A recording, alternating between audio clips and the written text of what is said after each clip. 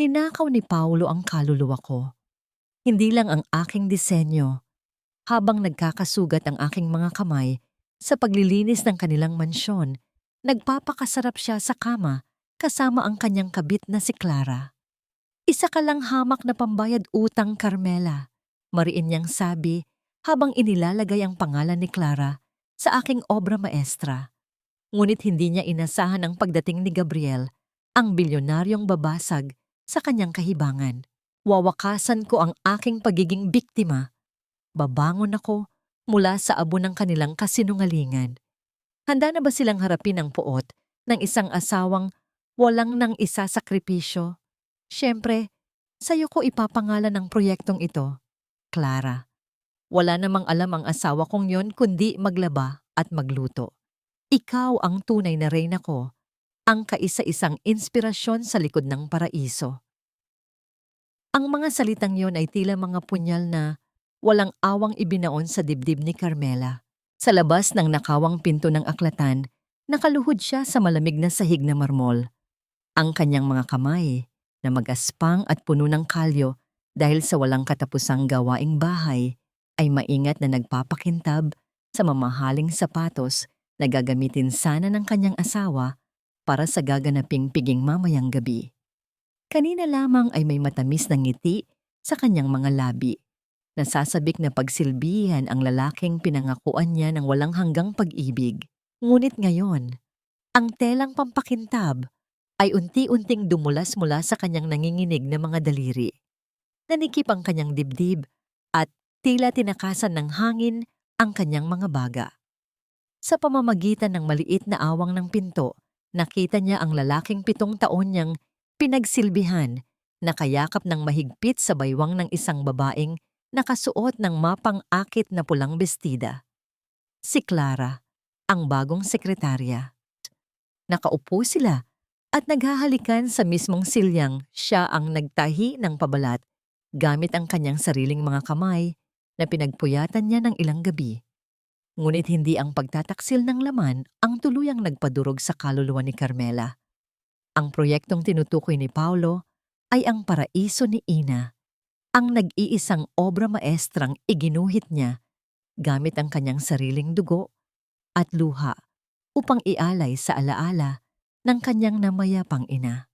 Ito ang pinakatatagong yaman ng kanyang isipan, ang nag-iisang patunay na siya ay isang mahusay na arkitekto na piniling magtago sa anino ng kanyang asawa upang bayaran ang utang na loob ng kanyang pamilya. At ngayon, ibinibigay ito ni Paulo sa isang kabit na ni hindi marunong humawak ng lapis. Bakit, Paulo? Binigay ko ang lahat para mabayaran ang utang na loob ng pamilya ko. Pero bakit pati kaluluwa ko ay kinuha mo? Napaatras si Carmela. Nanlalabo ang kanyang paningin dahil sa luhang nagbabadyang bumagsak. Sa kanyang pag-atras, muntik na niyang masagi ang isang malaking pasong yari sa luwad na naglalaman ng halamang may matatalas na tinik. Upang walang malikhang ingay na makakaabala sa dalawang nagpapakasarap sa loob, mabilis niyang niyakap ang buong paso gamit ang kanyang sariling katawan. Bumaon ang matutulis na tinik sa manipis na tela ng kanyang damit hanggang sa tumagos ito sa kanyang balat. Dumaloy ang mainit na dugo mula sa kanyang braso, ngunit wala siyang maramdamang hapdi sa kanyang katawan. Mas nangingibabaw ang pagkapunit ng kanyang puso na tila kinukutkot ng buhay. Tumalikod siya at tumakbo ng walang ingay patungo sa pinakadulo ng mansyon. Pumasok siya sa isang madilim at maalikabok na silid-imbakan na nagsisilbing kanyang lihim na mundo. Dito nakatago ang mga pinaglumaang gamit at ang isang maliit na mesang puno ng mga gusot na papel at sirang lapis. Dito niya binubuo ang mga disenyong nagpasok ng bilyon-bilyong piso sa kumpanya ni Paulo, habang ang asawa niya ang tumatanggap ng lahat ng papuri sa entablado. Napasandal siya sa malamig na pader at unti-unting napadausdos pababa hanggang sa maupo sa sahig. Tinakpan niya ang kanyang bibig gamit ang 2 kamay upang pigilan ang pag-alpas ng anumang hikbi. Ang tanging nais niya lamang ay isang pamilya at kaunting pagpapahalaga. Ngunit bakit ganito kalupit ang iginanti sa kanya? Sa kanyang pagkakasalampak, pumatak ang isang patak ng dugo mula sa kanyang sugatang braso. Bumagsak ito ng eksakto sa isang nakabuklat na draft ng paraiso ni Ina na nasa sahig. Tuluyang nagpalabo sa linyang iginuhit niya ng buong pagmamahal. Tinitigan niya ang dugong iyon na unti-unting humahalo sa tinta. Iyon ang larawan ng kanyang buhay, isang sakripisyong walang kinahinatnan, kundi ang madungisan at tapakan. Habang sinusubukan niyang kalmahin ang sarili at punasan ang luhang walang tigil sa pag-agos, biglang bumukas ang pinto ng silid-imbakan na nagdala ng nakakapasong liwanag mula sa pasilyo. Tumambad sa kanya ang matalim na mga mata ng kanyang biyenan na si Senyora Carmen. Nakapamewang ang matanda, suot ang kanyang mamahaling mga perlas na kumikinang sa ilalim ng ilaw. Sa kanyang kamay ay may hawak siyang isang makapal na bungkos ng mga papel. Bago pa man makapagsalita si Carmela, upang ipaliwanag ang kanyang sugat at luha, walang awang ibinato ng matanda ang mga papel nang direkta sa mukha niya. Ang mga ito ay mga resibo ng kuryente at tubig na nagkalat sa paligid niya tulad ng mga tuyong dahon. Ano na naman ang ginagawa mo rito sa madilim na kwartong ito, Carmela? Nagdadrama ka na naman ba? Marin at puno ng pandidiri ang boses ni Senyora Carmen habang tinititigan ang manugang mula ulo hanggang paa. Huwag mong kalilimutan na kung hindi dahil sa awa ng pamilya namin sa inyo, noong muntik nang makulong ang tatay mo dahil sa pagkakabaon sa utang, nasa lansangan ka na sana, ngayon namamalimos. Wala kang ginawa kundi pabigatin ang gastusin sa bahay na ito. Kaya punasan mo yang mga walang kwentang luha mo at lumabas ka rito. May espesyal na bisita ang asawa mo. Maghanda ka ng pinakamasarap na hapunan para kay Clara dahil siya ang may pinakamalaking ambag sa kumpanya ngayon. At siguraduhin mong nakangiti ka mamaya. Huwag mong ipahiya ang pamilya ko sa pagmumukha mong laging mukhang kawawa. Tinalikuran siya ng matanda at naglakad palayo. Iniiwan ang pinto na nakabukas. Naiwan si Carmela na nakaluhod sa gitna ng mga nagkalat na resibo at ang dugong patuloy na pumapatak sa kanyang obra maestra. Ang kaisipang kailangan niyang lumabas, magluto at piliting ngumiti sa babaeng nagnakaw. Hindi lang ng kanyang asawa, kundi pati na rin ng nag-iisang alaalang natitira mula sa kanyang ina ay isang katotohanang mas mabigat pa sa kamatayan. Ang malamig na paglapag ng huling piraso ng resibo sa sahig, ang tanging bakas ng kalupitang pumipigil sa kanyang paghinga. Sa ilalim ng nagniningning na aranya ng maluwang na hapagkainan, tila isang masikip na hawla ang nararamdaman ni Carmela. Ang mainit na singaw ng sinigang na hipon na kanyang niluto ay naghahalo sa mamahaling pabango ng babaeng nakaupo sa mismong silya na dapat sana ay sa kanya. Si Clara ay nakangiting sumusubo ng pagkaing pinaghirapan niyang ihanda, habang si Paulo naman ay magiliw na naglalagay ng paboritong bahagi ng isda sa plato ng kanyang kabit. Nakatayo lamang si Carmela sa gilid, suot ang kanyang kupas na apron na nagtatago sa sugat na sariwa pa sa kanyang braso.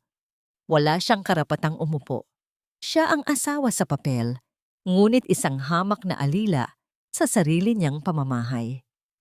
Ang sarap naman nito, Tita Carmen, pambobola ni Clara habang nagpupunas ng labi gamit ang telang serbilyeta. Parang luto ng isang magaling na katulong. Sana all may ganitong kasipag na tagapagsilbi sa bahay para mas makapag-focus tayo sa malalaking proyekto, lalo na ngayon at ilalabas na natin ang paraiso. Isang matamis na ngiti ang isinukli ni Senyora Carmen, isang nangiting hindi kailanman nasilayan ni Carmela sa loob ng 7 taon niyang pagtitiis. Pinuri ng matanda ang talino ni Clara. Pinasasalamatan ito sa di umano'y napakagandang disenyong ginawa nito para sa kumpanya. Naramdaman ni Carmela ang pag-init ng sulok ng kanyang mga mata. Ang kutsarang hawak niya para sa paglalagay ng kanin ay nanginginig sa kanyang mahigpit na pagkakahawak. Hindi na niya kinaya ang nakasusuyang kasinungalingan. Humakbang siya ng bahagya at pilit na ibinuka ang kanyang tuyong mga labi. Pero Paulo, ang paraiso, alam mong ako ang... Hindi pa man niya natatapos ang kanyang sasabihin. Umaling-awngaw ang paghampas ng kamay ni Senyora Carmen sa ibabaw ng lamesa. Ang matalim na tingin ng matanda ay tila yelong tumusok sa lalamunan ni Carmela. Huwag kang magsalita ng tapos, Carmela, at lalong huwag kang walang utang na loob. Malamig ngunit mariing banta ng kanyang biyenan habang nanlilisik ang mga mata. Nakalimutan mo na ba kung sino ang sumagip sa ama mo nang halos mabulok siya sa kulungan dahil sa mga nagkapatong-patong niyang utang?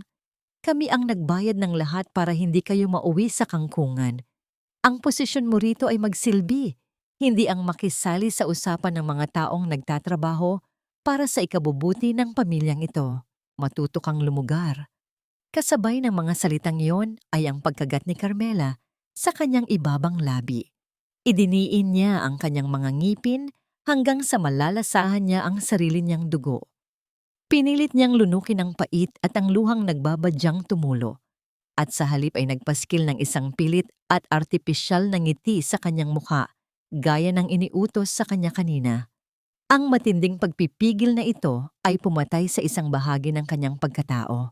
Dahan-dahan niyang inilapag ang bandehado ng kanin ng walang anumang ingay, tinatanggap ang panlalait para lamang sa ngalan ng pamilya at utang na loob na tila isang tanikalang nakapulupot sa kanyang leeg hanggang sa siya ay mabilaukan.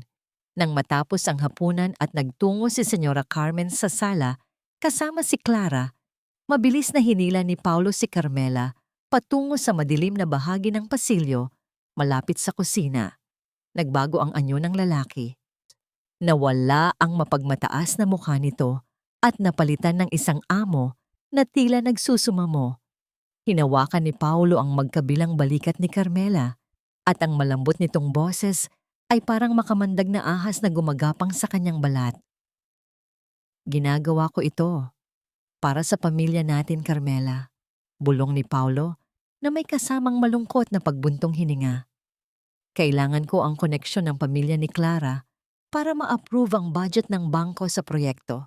Alam kong masakit sa'yo na hindi maipangalan ang disenyo sa'yo, pero intindihin mo naman ako. Asawa kita. Sa mata ng Diyos at ng batas, tayo ang magkasama hanggang sa huli. Sakripisyo lang ito para umunlad tayo. Alam kong mabait kang asawa at hindi mo ako bibiguin.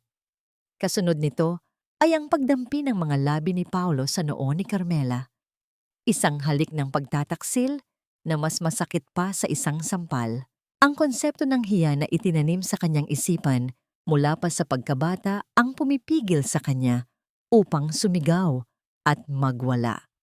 Nakumbinsi siya ng sarili niyang kahinaan na baka nga tama ito, na baka ito ang tamang paraan para maging isang mabuting Pilipinang asawa, ang magtiis, magbulag-bulagan at magpatawad. Habang naghuhugas ng mga pinggan si Carmela nang mag-isa, isang hindi inaasahang tagpo ang naganap sa sala. Isang mensahero ang dumating bitbit ang isang malaking kumpol ng mga itim na rosas na walang pangalan ang nagpadala. Nakapangalan lamang kay Clara. Nakita ni Carmela mula sa malayo kung paano namutla ang kabit ng kanyang asawa nang basahin nito ang maliit na card na nakasuksok sa mga bulaklak at ang labis na pagkalito sa mukha ni Paulo. Isang katanungan ang nabuo sa isip ni Carmela, ngunit hindi na niya ito binigyan ng pansin dahil may mas malaking takot na bumabalot sa kanyang puso tungkol sa kanyang mga disenyo.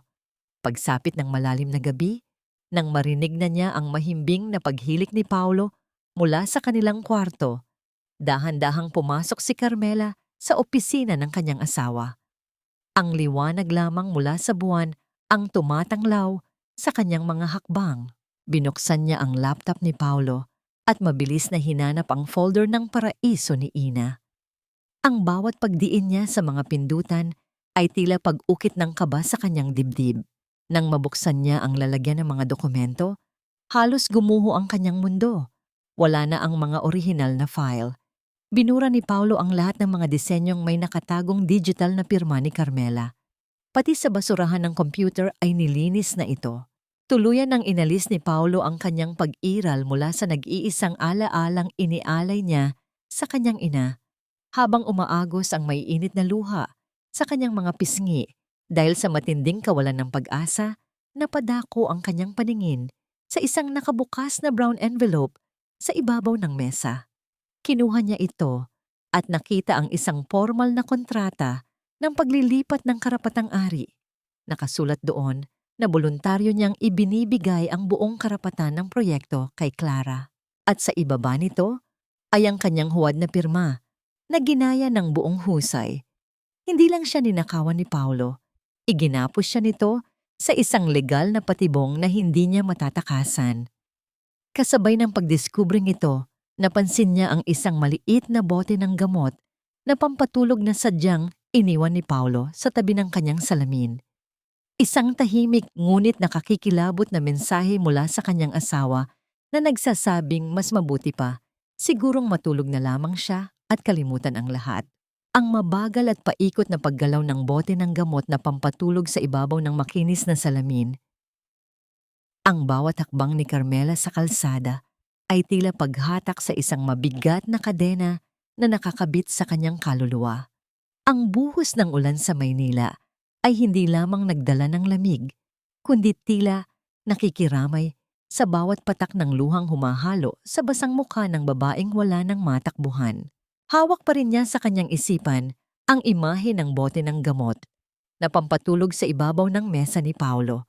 Isang tahimik na mungkahi na mas mabuting mawala na lang siya kaysa maging hadlang sa ambisyon ng kanyang asawa.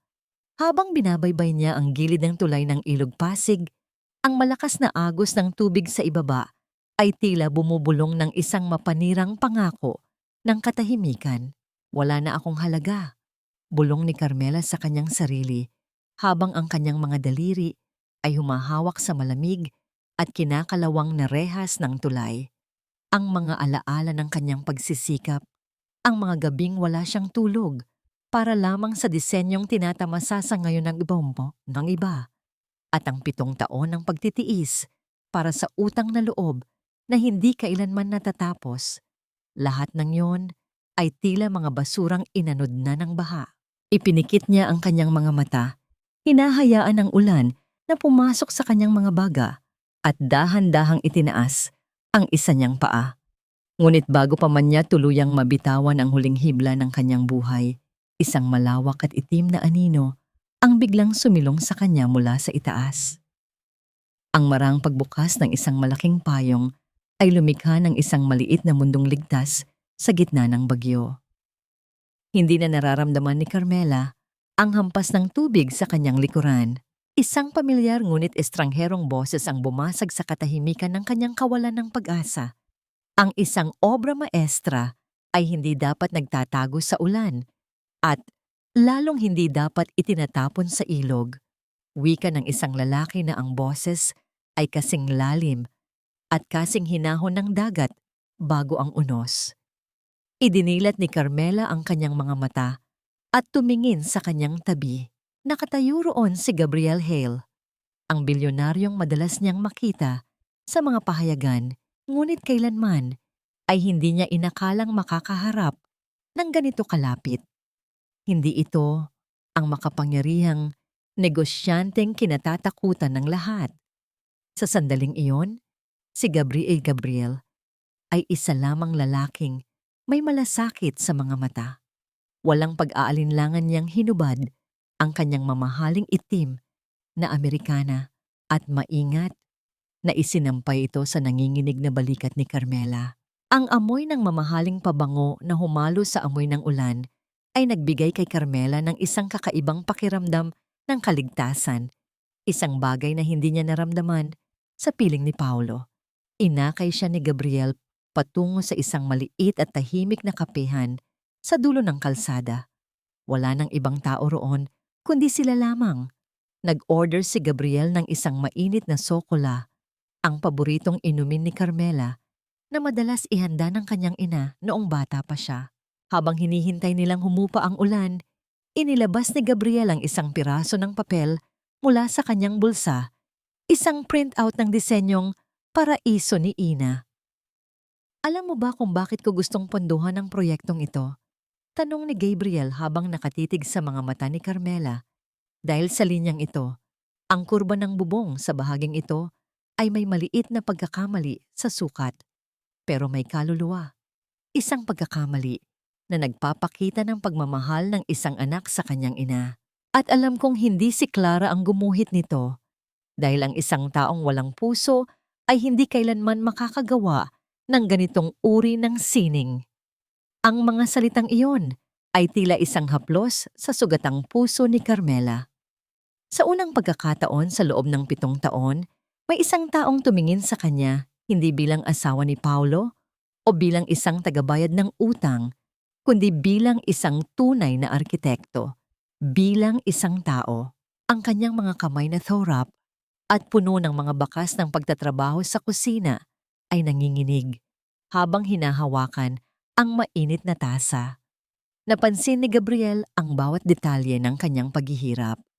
Kumuha ang lalaki ng isang piraso ng malinis na tissue at sa isang napaka-gentle na paraan ay dahan-dahang pinunasan ang mga natitirang patak ng ulan sa mubantay ni Carmela. Ang pagdampi ng mga daliri ni Gabriel sa kanyang balat ay tila nagpadaloy ng kuryente ng pag-asa sa kanyang buong katawan. Isang ginintuang sandali ng pagkilala at paggalang na matagal na niyang kinalimutan na umiiral pala. Sino ka ba talaga, Gabriel? Mahinang tanong ni Carmela. Ang kanyang boses ay paus pa rin dahil sa iyak. Bakit mo ito ginagawa para sa akin? Ngumiti ng bahagya si Gabriel, isang ngiting puno ng misteryo. Dahil ang mundong ito ay masyadong malupit sa mga taong tapat magmahal at dahil ayaw kong makita ang isang bituin na tuluyang mamatay sa dilim. Bago pa man makasagot si Carmela, inilapag ni Gabriel ang isang maliit na itim na USB sa ibabaw ng lamesa sa pagitan nila. Ang kinang ng metal sa ilalim ng madilaw na ilaw ng kapehan ay tila isang hamon. Kung handa ka nang bawiin ang pangalan mo, nandito ang unang hakbang. Seryosong wika ni Gabriel. Nasa loob niyan ang mga dokumentong magpapatunay sa lahat ng kasinungalingan ni Paulo. Pero bago mo ito buksan, may kailangan kang malaman. Alam ko ang sikretong pagkakamali sa disenyo mo dahil ako ang bumili ng unang sketch na itinapon ni Paulo sa basurahan 5 taon na ang nakalilipas. Matagal na kitang hinahanap, Carmela. Natigilan si Carmela. Paano nalaman ni Gabriel ang tungkol sa sketch na yon? At bakit siya hinahanap ng isang lalaking tulad ni Gabriel Hale ng ganoon katagal? Habang pinagmamasdan niya ang USB na nakahiga sa mesa, tila narinig niya muli ang tunog ng pag-ikot ng bote ng gamot pampatulog ni Paulo. Ngunit sa pagkakataong ito, hindi na ito tunog ng kamatayan, kundi tunog ng isang pintong nagbubukas patungo sa isang bagong buhay. Ang makinang na USB na tila naghihintay na hawakan ng kanyang sugatang kamay. Walang silbi. Pati ba naman ang pagpaplansa ng isang simpleng polo ay hindi mo magawa ng tama? Ano bang klase kayong mga tao rito sa bahay ko? Ang matinis at galit na boses ni Paulo ang sumalubong kay Carmela nang pumasok siya sa pintuan ng mansyon. Nakita niya ang isang batang katulong na nakayuko at nanginginig sa takot habang dinuduro-duro ng kanyang asawa. Ang polong suot ni Paulo ay may maliit na gusot sa bandang balikat, isang bagay na napakaliit, pero tila isang malaking kasalanan para sa lalaking ang tanging puhunan sa buhay ay ang kanyang panlabas na anyo. Dati-rati, agad natatakbo si Carmela upang amuhin si Paulo. Hihingi ng paumanhin para sa katulong at siya mismo ang kukuha ng plansa upang ayusin ang gusot. Ngunit sa pagkakataong ito, nanatili siyang nakatayo sa dilim ng pasilyo. Tiningnan niya ang kanyang asawa, ang lalaking 7 taon niyang sinamba at pinaglingkuran. Sa unang pagkakataon, hindi takot ang naramdaman niya, kundi isang malalim na pagkaawa. Napagtanto niya kung gaano kababaw at kahambog ang pundasyong kinatatayuan ni Paulo. Kung wala ang kanyang mga disenyo, kung wala ang pera ng kanyang pamilya, si Paulo ay isa lamang hungkag na sisidlan na walang laman, kundi hangin at kayabangan. Carmela, nariyan ka na pala. Saan ka ba nanggaling at basang-basa ka? Singal ni Paulo nang mapansin ang kanyang asawa. Bilisan mo. Ayusin mo itong suot ko. May mahalaga kaming meeting ni Clara bukas ng umaga. Hindi sumagot si Carmela. Naglakad siya ng diretso patungo sa kanyang silid-imbakan nang hindi man lang tinapunan ng tingin ang kanyang asawa. Ang kanyang katahimikan ay tila isang malamig na pader na hindi inaasahan ni Paulo. Pumasok siya sa loob at maingat na nilak ang pinto. Sa gitna ng kadiliman ng munting kwartong iyon, tanging ang mahinang liwanag mula sa screen ng laptop ang nagsilbing gabay niya. Isinaksak niya ang itim na USB na ibinigay ni Gabriel. Habang naglo-load ang mga file, ramdam ni Carmela ang mabilis na tibok ng kanyang puso. Sa loob ng USB, bumungad sa kanya ang libu-libong dokumento na naglalaman ng mga madirayang transaksyon ng kumpanya ni Paulo, pati na ang mga ebidensya ng kanyang pagnanakaw ng pondo mula sa mga investors. Ngunit ang pinakamahalaga sa lahat ay ang isang sopistikadong software na ipinadala ni Gabriel. Gamit ang kanyang nanginginig na mga daliri, sinimulan ni Carmela ang proseso ng pagbawi sa mga orihinal na file ng paraiso ni Ina. Lumipas ang mga oras. Ang bawat linya ng code na lumalabas sa screen ay tila mga sundalong lumalaban para sa kanyang karangalan. Nang makuha niya ang orihinal na file, nakita niya ang nakatagong pirma niya sa bawat anggulo ng disenyo. Isang digital na tatak na kailanman ay hindi mapapansin ni Paulo dahil sa kakulangan nito ng kaalaman sa arkitektura. Niyakap ni Carmela ang kanyang sarili habang ang init ng mga luhang puno ng determinasyon ay dumadaloy sa kanyang mga pisngi. Hindi na siya ang biktima, siya na ang may akda ng sarili niyang tadhana. Nang sumapit ang madaling araw, tumayo si Carmela at humarap sa isang maliit na salamin. Tiningnan niya ang kanyang mahabang buhok na dati ay gustong-gusto ni Paulo dahil mukha raw siyang isang sunod-sunuran at mahinhing asawa. Kinuha niya ang isang matalas na gunting mula sa kanyang gamit. Walang pag-aalinlangan niyang ginupit ang mahabang hibla ng kanyang buhok hanggang sa umabot ito sa kanyang balikat. Ang bawat lagaslas ng talim ng gunting sa kanyang buhok ay tila tunog ng pagputol ng mga tanikalang 7 taon siyang iginapos sa pagiging alila. Kinaumagahan, lumabas siya ng kwarto at nagtungo sa kusina upang ihanda ang almusal ni Senyora Carmen. Nang makita siya ng matanda, nanlaki ang mga mata nito dahil sa kanyang bagong anyo. Anong ginawa mo sa buhok mo, Carmela? Mukha kang rebeldeng babae. Hindi iyan ang tamang hitsura para sa asawa ng isang kaine. Bulyaw ng matanda habang tinatapik-tapik ang kanyang mamahaling tasa ng tsa. Tumingin ng diretso si Carmela sa mga mata ng kanyang biyenan.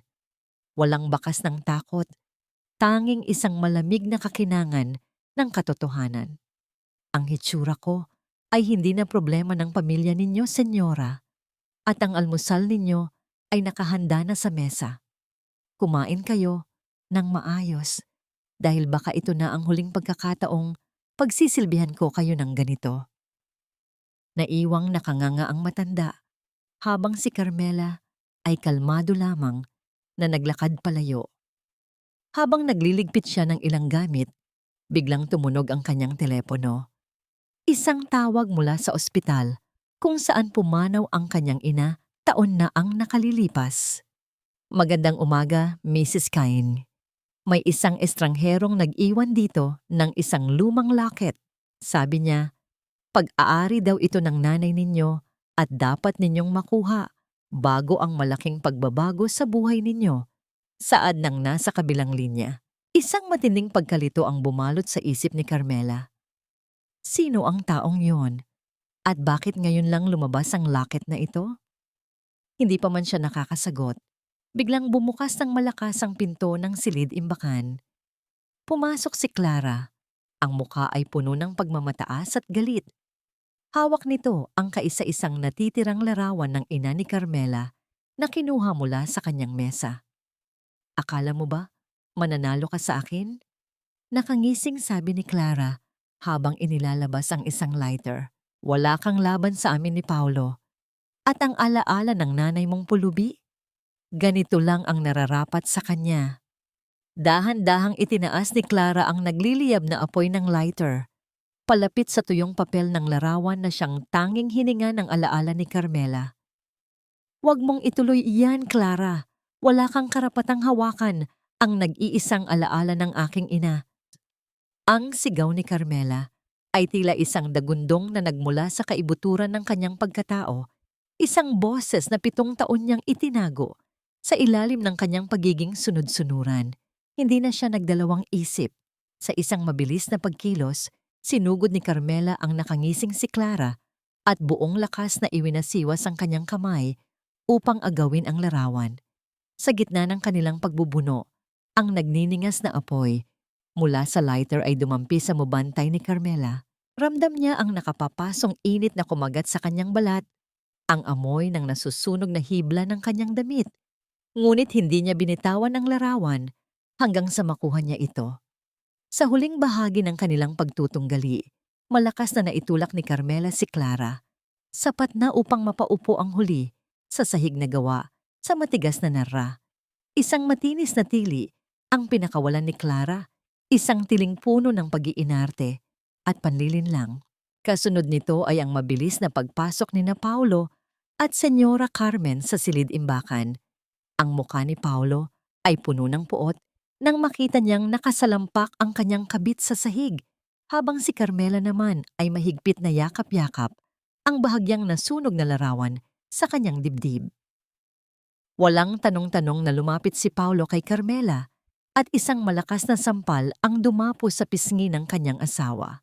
Ang tunog ng palad ni Paolo sa balat ni Carmela ay tila pagbasag ng huling piraso ng kanyang pasensya. Napalingaling si Carmela. Ang kanyang paningin ay nagdilim ng bahagya at ang lasa ng dugo ay muling nanamnam sa kanyang bibig. Hayop ka, Carmela. Ano bang pumasok sa utak mo at sinaktan mo si Clara? Bulyaw ni Paolo habang inaalalayan ang nagpapaawa na si Clara.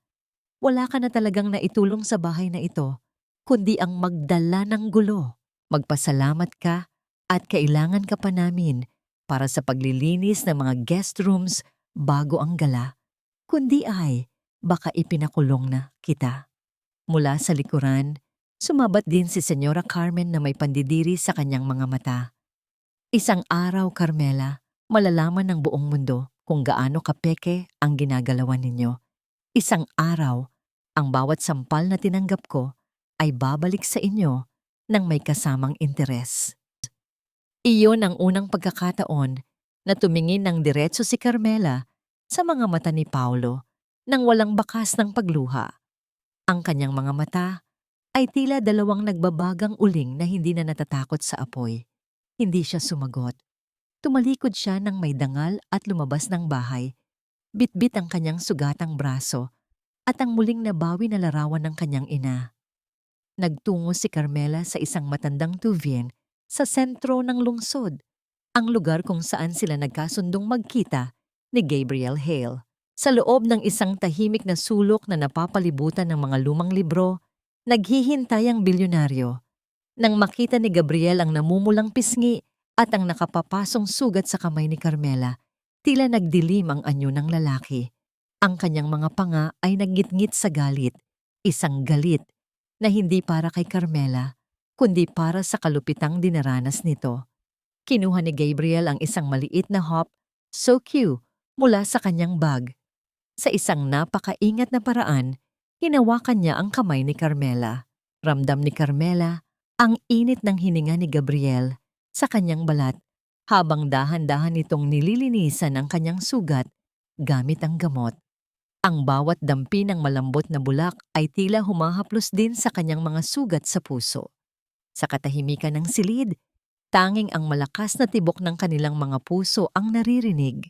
Ang lapit ng mukha ni Gabriel ay nagbigay kay Carmela ng isang kislap ng kilig na matagal nang nawala sa kanyang buhay. Isang pakiramdam na siya ay mahalaga, na siya ay pinoprotektahan. Huwag mong hayaang hawakan kanila ulit ng ganyan, Carmela. Mahinang sabi ni Gabriel Ang kanyang boses ay puno ng pait.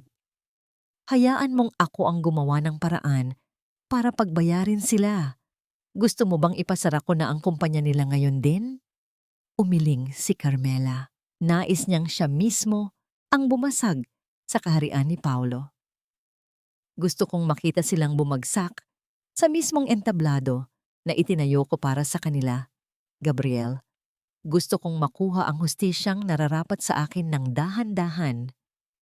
Bilang simula ng kanilang plano, kinuha ni Gabriel ang kanyang telepono at may tinawagan. I-freeze ang 30% ng pondo para sa Paraiso Project.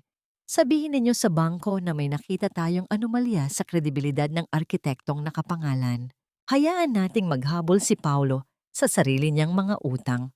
Nang makauwi si Carmela ng gabing iyon, nadatnan niya si Paulo na pabalik-balik sa sala, pawisan at tila baliw na nakikipag-usap sa telepono. Ang kanyang asawa ay nagmamakaawa sa mga bangko dahil sa biglaang pagkawala ng puhunan. Ang takot sa mga mata ni Paulo ang naging pinakamasarap na hapunan para kay Carmela. Gayunpaman, ang kanyang panandaliang tagumpay ay tila muling nanganib. Si Senyora Carmen, na may ugaling mapagmasid sa bawat galaw sa loob ng bahay, ay may napansin habang nililigpit ang mga damit ni Carmela sa labahan. Mula sa bulsa ng lumang jacket ni Carmela, nahulog ang isang resibo mula sa isang mamahaling kapehan, isang lugar na hindi kailanman kayang puntahan ng isang taong walang sariling pera. Nanliit ang mga mata ng matanda habang tinititigan ang petsa at ang presyo ng kape na nakasulat sa maliit na papel. Isang matinding hinala ang bumuo sa kanyang isip. Saan kumuha ng pera si Carmela? At sino ang kanyang kinakatagpo sa likod ng kanilang mga likod? Akala mo ba ay makakatakas ka sa akin, Carmela? Bulong ni Senyora Carmen sa gitna ng katahimikan ng gabi. Ngayon ay malalaman ko kung anong dumi ang itinatago mo sa ilalim ng iyong mga kuko. Kasunod nito ay ang malakas na kalabog ng mga gamit na sinimulang lirikain at itapon ng matanda mula sa mga kabinet ni Carmela sa loob ng silid-imbakan. Habang hinahanap ang anumang ebidensya ng pagtataksil ng kanyang manugang, saan mo ninakaw ang perang pambayad dito, Carmela? O baka naman ibinenta mo na pati ang katawan mo sa kung sinong lalaki para lang makabili ng kape sa mamahaling hotel na ito? Ang malupit na tinig ni Senyora Carmen ay umalingaw-ngaw sa loob ng masikip na silid-imbakan nang pasukin ito ni Carmela. Nakita niya ang kanyang biyenan na hawak ang maliit na resibong nakuha sa kanyang jacket. Sa paanan ng matanda, nagkalat ang mga lumang kahon na naglalaman ng mga alaala ni Carmela. Ang kanyang mga sketch, ang ilang piraso ng tuyong bulaklak mula sa libing ng kanyang ina, at ang mga gamit na 7 taon niyang iniingatan. Ang bawat kahon ay tila walang awang nilapastangan, itinapon at tinapakan ng matanda sa kanyang paghahanap ng anumang dumi laban sa kanyang manugang.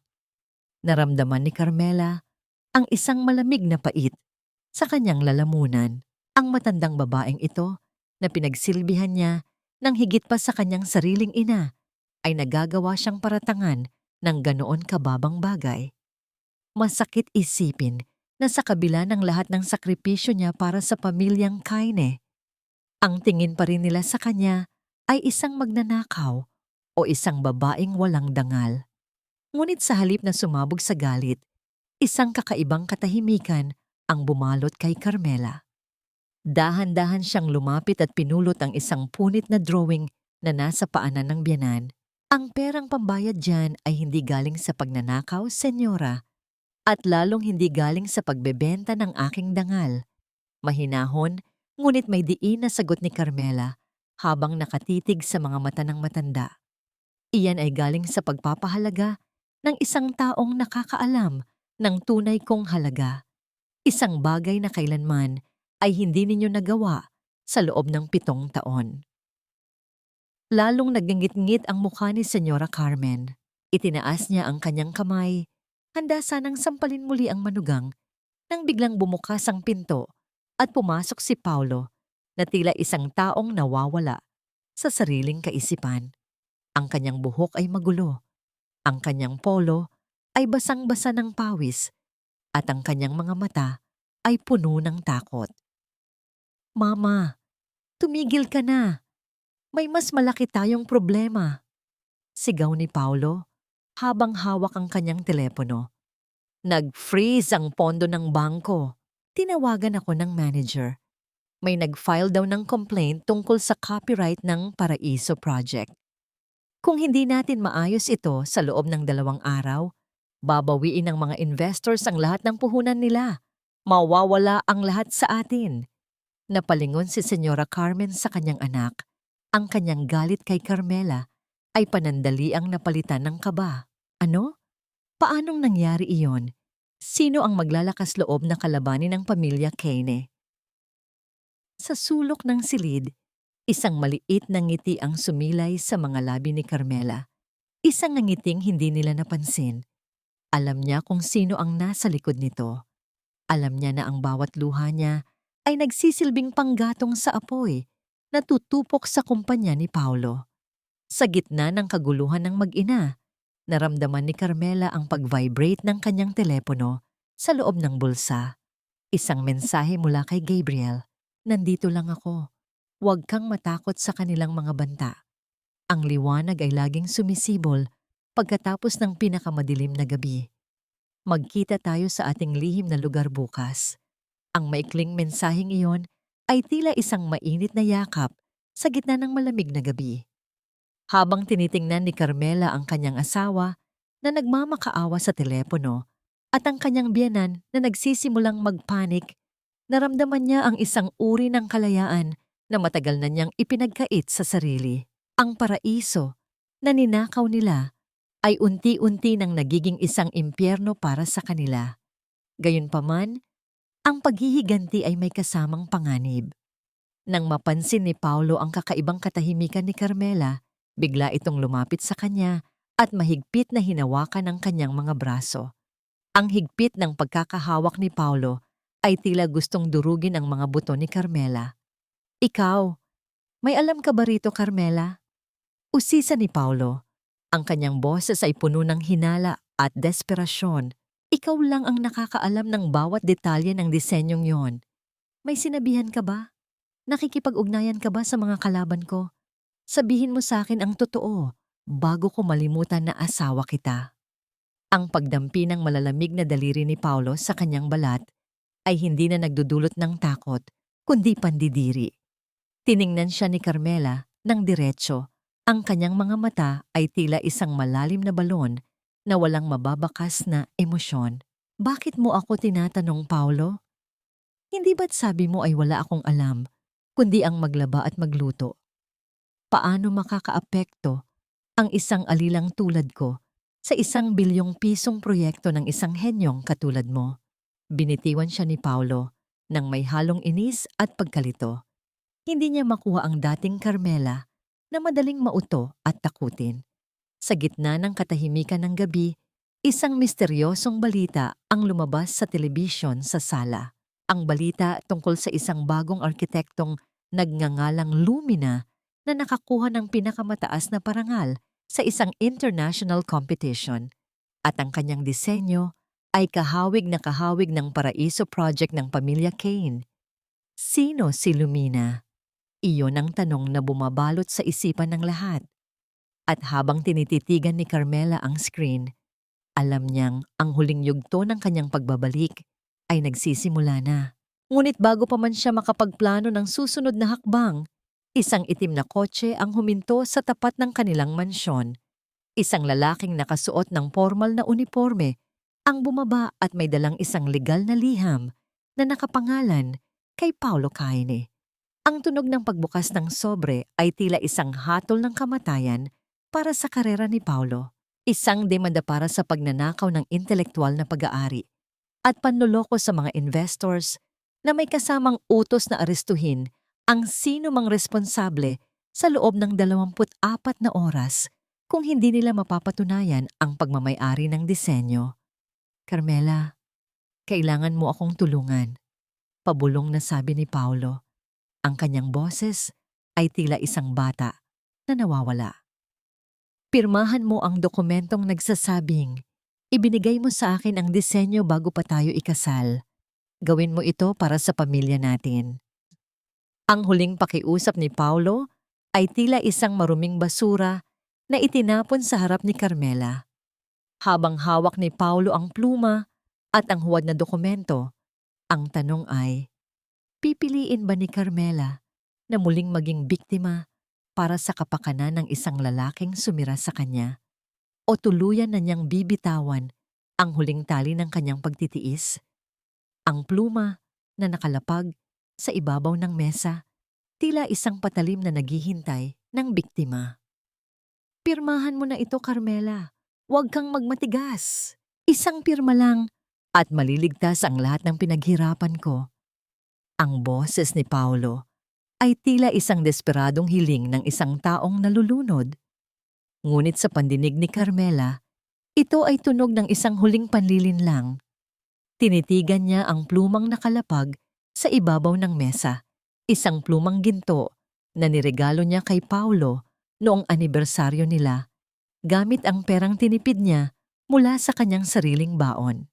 Ngayon, ang plumang yun ang ginagamit ng kanyang asawa upang pilitin siyang maging kasabwat sa isang krimen.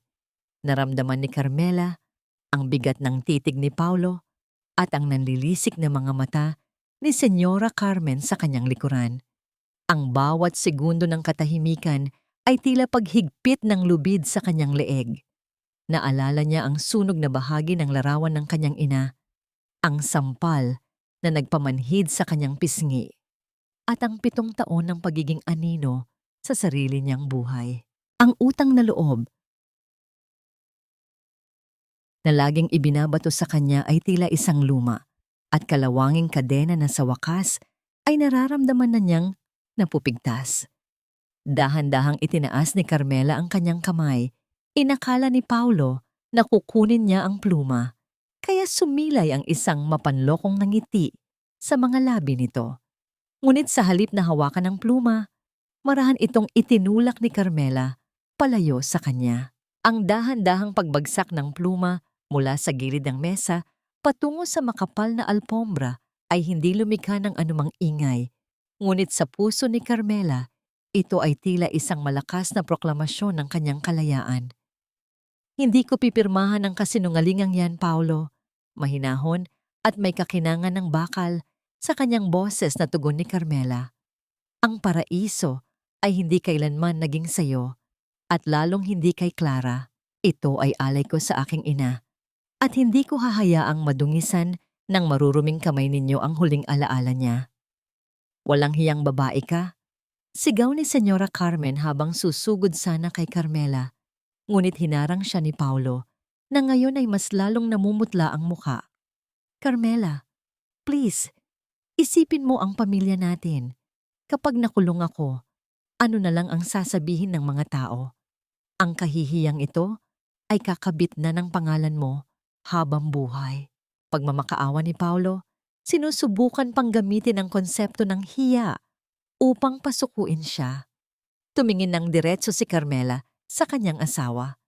Ang pangalan mo lang ang madudungisan, Paulo. Dahil sa araw na ito, binabawi ko na ang sa akin. Hindi na ako si Carmela Kane na sunod-sunuran ninyo. Ako si Carmela, ang arkitektong matagal ninyong ibinaon sa limot. Iniwan ni Carmela ang mag-ina na tulala at puno ng galit sa loob ng opisina. Lumabas siya ng mansyon at sumakay sa isang naghihintay na sasakyan sa kanto. Sa loob ng sasakyan, naroon si Gabriel Hyle, tahimik na nagmamasid sa madilim na kalsada. Nang pumasok si Carmela, agad na bumalot sa kanya ang init at pakiramdam ng proteksyon na tanging nangangong si Gabriel lamang ang nakakapagbigay. Ginawa mo ang tama, Carmela, bulong ni Gabriel habang hinahawakan ang malamig na kamay ng babae. Mula ngayon, hindi ka na mag-iisa sa laban na ito. Dinala ni Gabriel si Carmela sa isang lihim na studio na puno ng mga makabagong kagamitan sa arkitektura. Sa dingding ay nakapaskil ang mga drawing ni Carmela, ang mga orihinal na sketch na akala niya ay nawala na. Pinatunayan ni Gabriel na matagal na niyang binabantayan at pinoprotektahan ang sining ni Carmela. Sa bawat paliwanag ni Gabriel tungkol sa legal na hakbang na kanilang gagawin, nararamdaman ni Carmela ang pagbabalik ng kanyang tiwala sa sarili. Isang sandali ng katahimikan ang namayani sa pagitan nila. Tumingin si Gabriel kay Carmela nang may malalim na paghanga. Lumina, iyan ang itatawag ko sa iyo sa mundo ng arkitektura dahil ikaw ang liwanag na maglalantad sa kadiliman ng pamilya Kane. Ang pagdampi ng mga daliri ni Gabriel sa buhok ni Carmela habang inaayos nito ang isang naliligaw na hibla ay nagdulot ng isang matinding kilig sa puso ng babae. Isang damdaming hindi kailanman ipinaramdam sa kanya ni Paolo. Ito ay isang pag-ibig na hindi nanghihingi ng sakripisyo, kundi nagbibigay ng lakas. Gayunpaman, habang abala ang dalawa sa pagpaplano, isang hindi inaasahang kaganapan ang nangyayari sa loob ng mansyon ng mga Kaine. Si Clara, na nakikinig pala sa usapan ni na Paulo at Carmela, mula sa labas ng pinto, ay may natuklasang isang lumang dokumento na nahulog mula sa mga gamit ni Carmela nang ihalughog ito ni Senyora Carmen. Ito ay isang liham mula sa yumaong ama ni Paulo na nagsasaad na ang mansyong tinitirhan nila at ang malaking bahagi ng lupa ng kumpanya ay nakapangalan sa isang trust fund na tanging si Carmela lamang ang may karapatang magbukas kapag sumapit na siya sa tamang edad o kapag nagkaroon ng malaking krisis sa kumpanya. Nanginig ang mga kamay ni Clara habang binabasa ang liham. Napagtanto niya na sa loob ng 7 taon, ang alilang minaliit nila ang tunay na may-ari ng lahat ng kayamanang pinag-aagawan nila. Isang matinding inggit at puot ang bumuo sa isip ni Clara. Kung hindi niya makukuha ang kayamanang ito sa pamamagitan ni Paulo, gagawa siya ng sarili niyang paraan upang tuluyang mawala si Carmela sa landas nila. Kung hindi ka mapapasayo ang paraiso, Carmela, sisiguraduhin kong magiging impyerno ang buhay mo bago pa sumikat ang araw. Bulong ni Clara habang dahan-dahang itinatago ang liham sa loob ng kanyang damit. Habang naglalakad si Clara patungo sa kusina, kinuha niya ang isang bote ng kemikal na ginagamit sa paglilinis. Ang kanyang mga mata ay nanlilisik sa masamang balak. Sa kabilang dako, isang estranghero ang kumatok sa pinto ng mansyon. May dalang isang itim na sobre na may selyo ng korte, ngunit ang taong nagpadala nito ay hindi si Gabriel, kundi isang tao mula sa nakaraan ni Paulo na matagal na niyang ibinaon sa limot. Ang misteryosong sobreng itim na nakalapag sa kamay ni Senyora Carmen, tila isang mitya ng isang malaking pagsabog na hindi nila inaasahan. Sino ang maglalakas loob na magpadala nito sa akin? Ang panginginig ng boses ni Senyora Carmen ay hindi lamang dahil sa galit, kundi dahil sa isang uri ng takot na matagal na niyang ibinaon sa limot. Sa loob ng kanyang marangyang silid, dahan-dahan niyang binuksan ang itim na sobre gamit ang isang matalas na pambukas ng liham na yari sa pilak. Ang bawat pagpunit ng papel ay tila tunog ng isang lihim na pilit, kumakawala mula sa madilim na baul ng nakaraan. Sa loob nito ay walang sulat, tanging isang serye ng mga larawan ni Paulo sa loob ng isang madilim na sugalan, kasama ang mga taong kilala sa mundo ng krimen, at isang kopya ng isang lumang utang na nagkakahalaga ng daan-daang milyong piso. Nanlambot ang mga tuhod ng matanda at napaupo siya sa gilid ng kanyang kama. Ang pangalang nakasulat sa dulo ng dokumento ay Dante, isang pangalang sapat na upang magpalamig sa dugo ng sino mang nakakakilala sa kanya. Sa sandaling iyon, pumasok si Paulo sa silid, pawisan at tila hinahabol ng sarili niyang anino. Nang makita niya ang mga larawan sa kamay ng kanyang ina, tuluyan nang nawala ang huling hibla ng kanyang pagiging mapagmataas. Babayaran ko yan. Maayos ko ito. Pautal-utal na sabi ni Paulo. Ang kanyang boses ay puno ng desperasyon. Kailangan ko lang na ma-approve ang Paraiso Project. Kapag nakuha ko ang pondo mula sa mga investors, mababayaran ko si Dante. Isang malakas at madiing sampal ang isinagot ni Senyora Carmen sa kanyang anak. Bobo, ang akala ko ay ginagamit mo ang pera ng kumpanya para sa negosyo. Iyon pala ay ibinibigay mo lang sa mga buwaya sa sugalan. Kapag nalaman ito ni Gabriel Hale, hindi lang ang pondo ang mawawala sa atin, kundi pati ang kalayaan natin. Habang nag-aaway ang mag-ina sa itaas, sa ibaba naman ng mansyon, sa madilim na bahagi ng kusina, si Clara ay abala sa isang masamang balak. Hawak niya ang bote ng kemikal na ginagamit sa paglilinis ng mga thorap na mantsa sa sahig. Isang likidong may matapang at nakasusulasok na amoy. Ang kanyang mga mata ay nakatitig sa huling pisikal na modelo ng paraiso ni Ina na iniwan ni Carmela sa kanyang silid-imbakan. Alam ni Clara na kung masisira niya ang modelong ito, mawawalan ng huling ebidensya si Carmela sa harap ng korte tungkol sa detalye ng kanyang disenyo. Dahan-dahan niyang ibinuhos ang chemical sa ibabaw ng masaselang bahagi ng modelo. Ang tunog ng bumubulang likido habang tinutunaw nito ang kahoy at papel ay tila isang musika sa pandinig ni Clara. Ang bawat bahagi ng disenyo na pinagpuyatan ni Carmela ay unti-unting nagiging abo at putik sa ilalim ng malupit na kamay ng kabit ni Paulo. Sa kabilang dako ng lungsod, sa tahimik na studio ni Gabriel, ang kapaligiran ay malayo sa gulo ng mansyon. Nakatayo si Carmela sa harap ng isang malaking bintana, pinagmamasdan ng mga ilaw ng lungsod na tila mga bituing bumagsak sa lupa. Lumapit si Gabriel sa kanya, dala ang isang maliit na locket, ang klinaim ni Carmela mula sa ospital. Nakuha ko na ito, Carmela, mahinang sabi ni Gabriel. Ito ang huling iniwan ng nanay mo para sa iyo. Nanginginig ang mga kamay ni Carmela nang buksan niya ang locket. Sa loob nito ay isang kupas na larawan niya noong sanggol pa lamang siya, karga ng kanyang ina na may pinakamasayang ngiti sa mundo. Sa likod ng larawan ay may nakasulat na maikling mensahe sa Tagalog. Anak, ikaw ang aking paraiso. Huwag mong hahayaang nakawin ng sinuman ang iyong liwanag.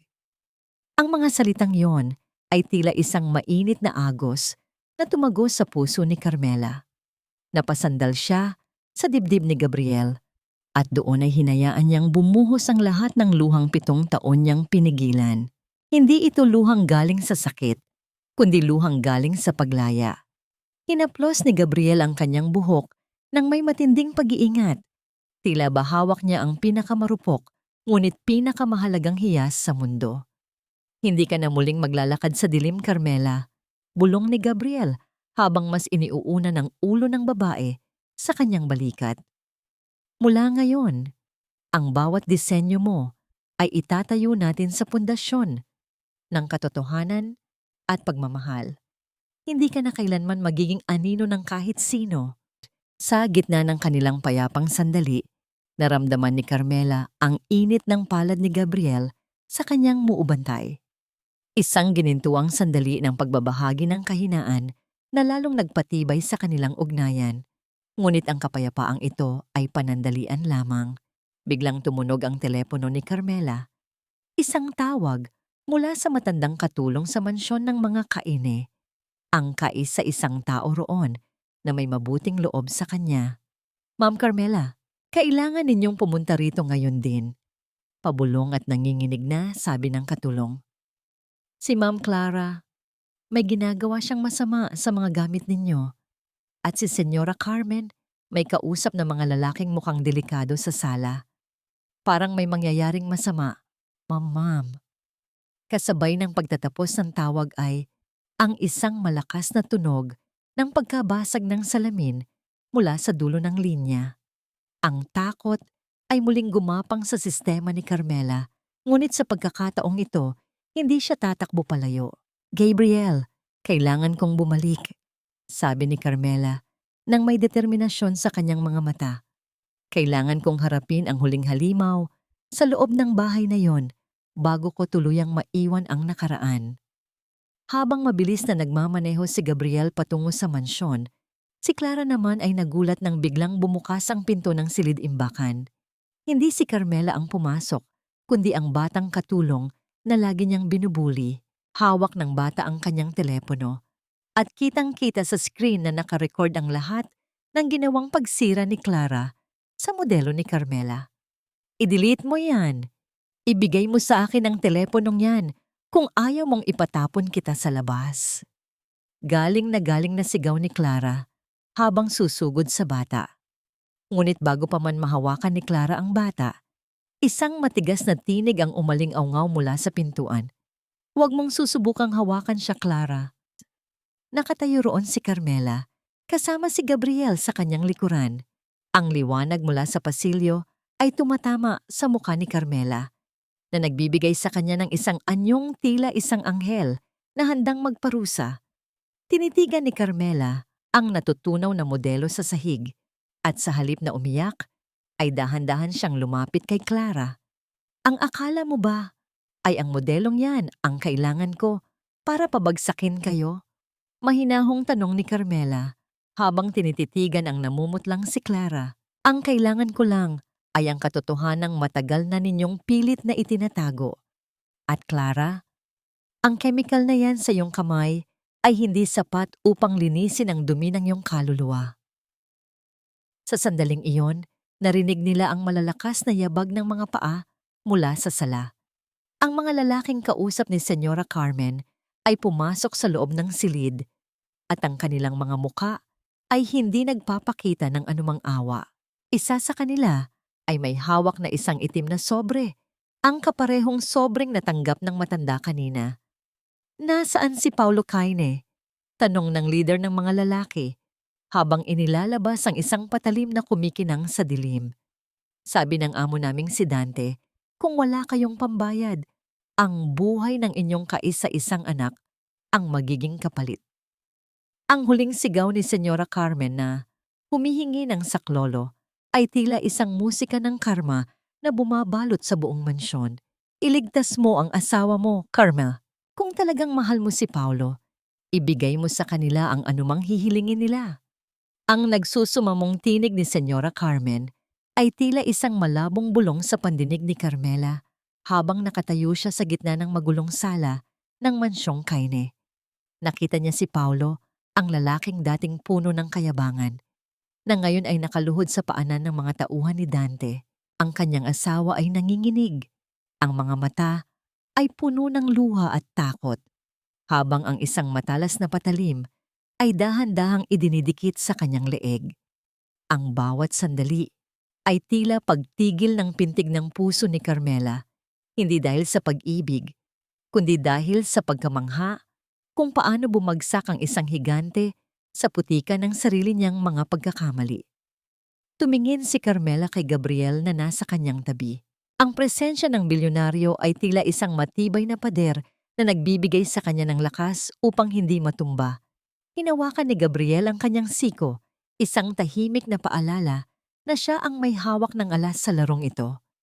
Wala akong perang maibibigay sa inyo, malamig na sabi ni Carmela, habang nakatitig ng diretso sa leader ng mga tauhan ni Dante. Ang lahat ng kayamanang inaakala ninyong mayroon ako ay matagal nang inubos ng pamilyang ito sa kanilang mga kasinungalingan at luho. Kung gusto ninyo ng bayad, kunin ninyo ang mansyong ito, ang mga alahas ni Senyora Carmen at ang lahat ng peking dangal na itinatago nila. Walang hiyang babae ka, sigaw ni Senyora Carmen, na kahit sa gitna ng panganib ay nagagawa pa ring maging mapangapi. Mayaman ang lalaking kasama mo. Utusan mo siyang magbayad. Hindi mo ba nakikita na papatayin nila ang anak ko? Isang mapait na tawa ang pinakawalan ni Carmela. Ang perang pag-aari ni Gabriel ay hindi pambayad sa utang sa sugal ng iyong anak. Bakit hindi ninyo itanong kay Clara? Nasaan na ang mga milyong piso na di umano ay kinita ninyo mula sa aking mga disenyo? Nasaan ang pondong ninakaw ninyo mula sa mga investors? Sa sulok ng sala, nakita ni Carmela si Clara na dahan-dahang umaatras, balak sanang tumakas sa gitna ng kaguluhan. Ngunit bago pa man siya makarating sa pinto, hinarang siya ni Gabriel. Sa likuran ni Gabriel ay pumasok ang batang katulong na hawak ang kanyang telepono, ipinapakita ang video kung saan sinisira ni Clara ang modelo ng paraiso. Hindi lang pagnanakaw ng disenyo ang kasalanan mo, Clara. Wika ni Gabriel, ang kanyang boses ay puno ng awtoridad. Kasabot ka rin sa paglipat ng pondo ng kumpanya patungo sa isang dummy account sa ibang bansa. At ang account na yon ay matagal ko nang ipina-freeze. Namutla si Clara at napasandal sa pader. Ang kanyang mga plano na takasan si Paulo, dala ang perang ninakaw nila, ay tuluyan ng naglaho. Sa sandaling iyon, ang leader ng mga tauhan ni Dante ay lalong nainis. Itinaas nito ang kanyang kamay, handa nang saktan si Paulo nang biglang magsalita muli si Gabriel. Bitawan ninyo siya. Ang utang ni Paulo kay Dante ay binili ko na ngayong umaga, sabi ni Gabriel habang inilalabas ang isang dokumentong may selyo ng bangko. Mula ngayon, ako na ang may-ari ng lahat ng utang ng pamilya Kane at ang gusto kong kabayaran ay hindi pera. Nagulat ang lahat sa sinabi ni Gabriel. Maging si Carmela ay napatingin sa lalaking nasa kanyang tabi nang may pagtataka.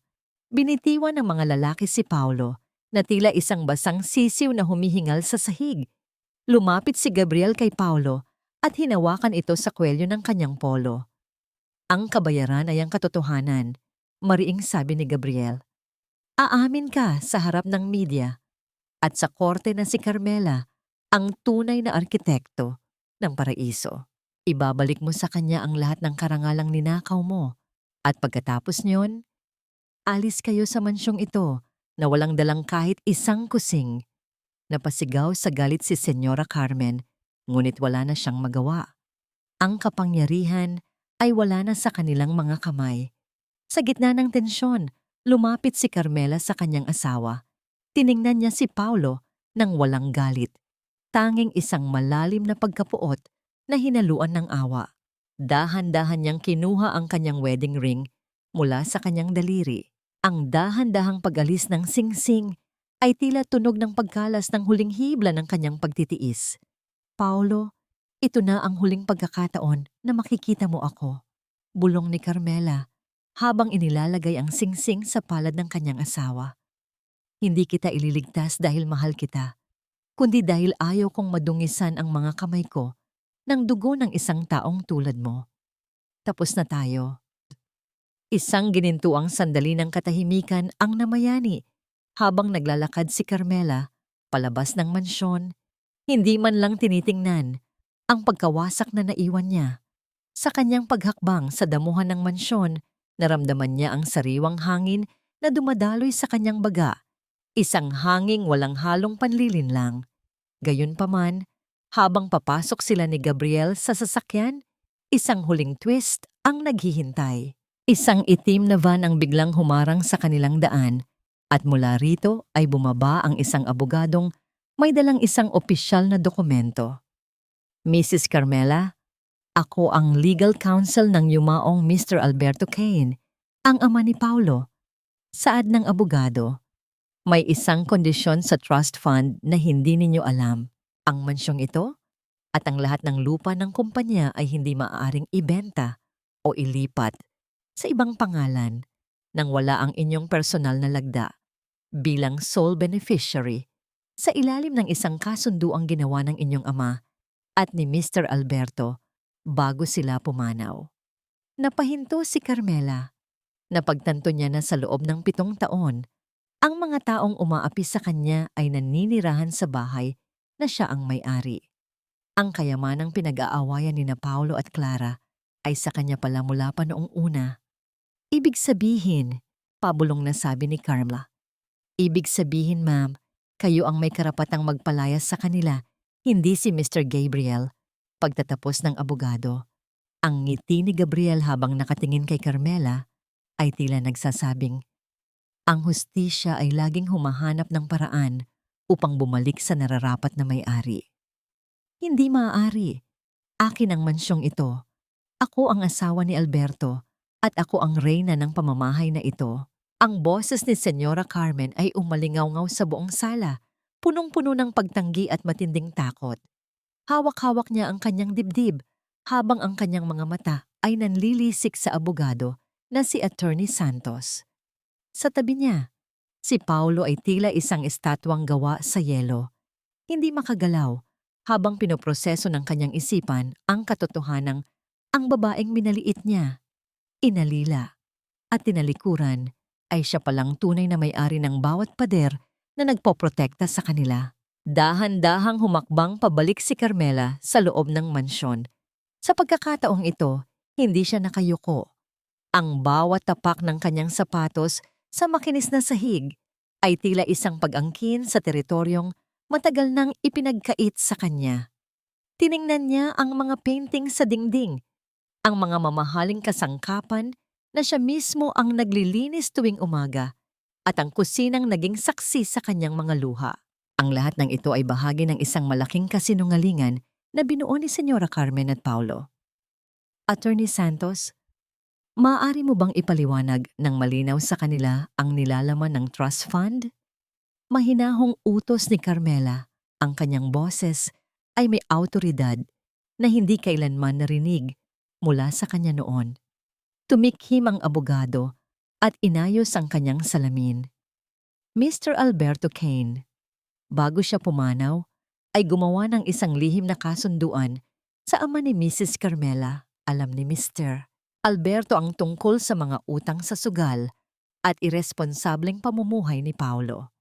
Upang masigurong hindi mawawaldas ang pinaghirapan ng pamilya Caine, inilagay niya ang lahat ng ari-arian sa isang trust fund na ipapangalan lamang kay Carmela sa oras na mapatunayan ang pagtataksil o kapabayaan ni Paulo sa kumpanya, at ang ebidensya ng inyong pagnanakaw ng pondo at ang pagtataksil kay Mrs. Carmela ang nagsilbing mitya upang automatikong malipat ang lahat ng karapatan sa kanya. Lalong namutla si Senyora Carmen. Napaupo siya sa sofa. Ang kanyang marangyang perlas ay tila biglang naging mabigat sa kanyang leeg. Ang irony ng sitwasyon ay tila isang malupit na biro ng tadhana. Ang taong tinawag nilang pambayad utang ay ang siya palang nagmamay-ari ng kanilang kinabukasan. Carmela, asawa kita. Nagkamali ako, alam ko yon. Pautal-utal na simula ni Paulo habang sinusubukang lumapit kay Carmela. May bakas ng desperasyon sa kanyang mga mata. Isang huling pagtatangka na gamitin ang kanilang nakaraan. Magsimula tayong muli para sa pamilya natin. Kaya ko namang magbago, di ba? Tiningnan siya ni Carmela ng diretso. Isang tingin na walang halong galit, tanging isang malalim na pagod. Paolo, ang pag-ibig ay hindi isang kontratang maaari mong punit-punitin at idikit muli kapag kailangan mo na ako. Ang pagkakataong ibinigay ko sa iyo sa loob ng 7 taon ay sapat na para sa 7 buhay. Tapos na ang oras mo rito. Sa gitna ng dramang ito, si Clara ay lihim na nagtangkang umakyat sa itaas upang kumuha ng ilang mahahalagang alahas mula sa kwarto ni Paulo. Ngunit bago pa man niya mahawakan ang hawakan ng pinto, hinarang siya ng mga gwardiyang dala ni Gabriel. Saan ka pupunta, Clara? Tanong ni Gabriel na may mapanuyang ngiti. Ang lahat ng nasa loob ng kwartong iyon ay pag-aari na ni Carmela. Maging ang mga damit na binili ni Paulo para sa'yo gamit ang pera ng kumpanya ay kailangan mong iwanan.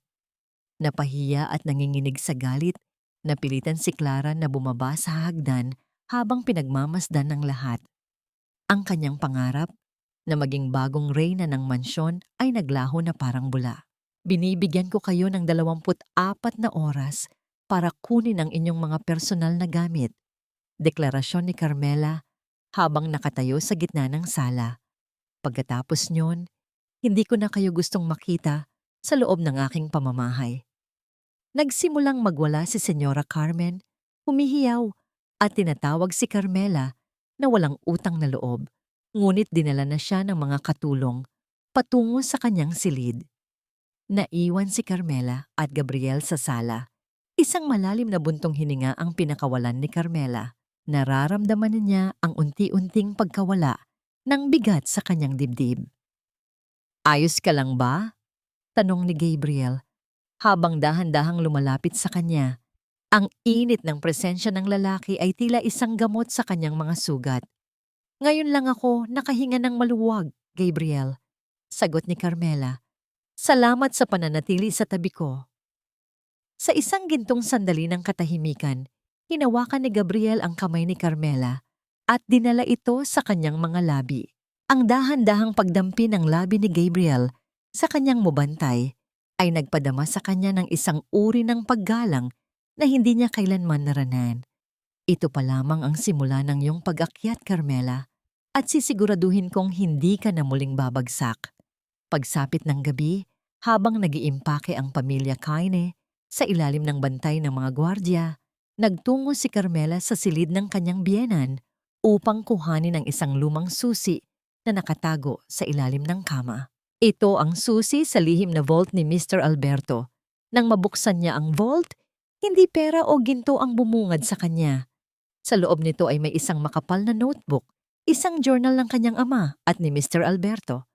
Habang binabasa ang mga pahina, nanlaki ang mga mata ni Carmela. May isang lihim na nakasulat doon tungkol sa tunay na dahilan ng pagkamatay ng kanyang ina at isang pangalan ang paulit-ulit na nabanggit na hindi niya inaasahan. Isang pangalang malapit na malapit sa pamilya Kaine na hindi si Paolo o Senyora Carmen. Ang mahinang pagpihit ng kandado sa pinto ng silid ang nagpabalik kay Carmela sa katotohanan. Paglingon niya, nakita niya si Gabriel na nakatayo sa pintuan. Ang muka ay seryoso at tila may mahalagang sasabihin. Carmela, may natanggap kaming impormasyon tungkol sa kotseng humarang sa atin kanina. Simula ni Gabriel. Hindi lang abogado ang naroon. Ang taong nagpadala ng itim na sobre kay Paolo ay narito na sa Maynila. At ang puntirya niya ay hindi ang kumpanya, kundi ikaw. Ang tunog ng isang malakas na busina ng sasakyan mula sa labas ng gate, ang tila hudyat ng pagdating ng isang bagong bagyo. Isang bagyong mas malakas at mas mapanganib kaysa sa pamilyang Kaine. Hindi pa tayo tapos, Carmela. Isusumpa mo ang araw na ipinanganak ka. Ang lahat ng ito ay babawiin ko sa iyo. Tandaan mo yan. Ang huling pagsigaw ni Senyora Carmen ay umalingaw-ngaw sa malawak na pasilyo ng mansyon habang hila-hila niya ang kanyang nag-iisang maleta. Ang kanyang marangyang anyo ay tila isang basang-basahan na itinapon sa labas ng pintuan. Sa likuran niya, si Paulo ay nakayuko, bit-bit ang kanyang mga gamit sa isang itim na plastic bag, isang larawang napakalayo sa dating makapangyarihan at mapagmataas na tagapagmana ng pamilya Kaine. Pinanood sila ni Carmela mula sa itaas ng hagdanan. Ang bawat hakbang ng mag-ina, palabas ng kanyang pamamahay, ay tila isang mabigat na pasanin na unti-unting naiaalis sa kanyang mga balikat. Sa gitna ng katahimikan ng pag-alis ng mga Kaine, isang matandang katulong, si Nanay Isabel, ang dahan-dahang lumapit kay Carmela. Ang matanda ay may bahagyang nangiti sa mga labi at marahang tinapik ang kamay ng kanyang bagong amo. Isang tahimik na pagkilala at paggalang na matagal nang inaasam ni Carmela mula sa mga taong nasa loob ng bahay na yon. Isang ginintuang sandali ito para kay Carmela. Ang makitang ang mga taong dating yumuyukod sa takot sa harap ni Senyora Carmen ay ngayon ay nakatingin sa kanya ng may tunay na paghanga.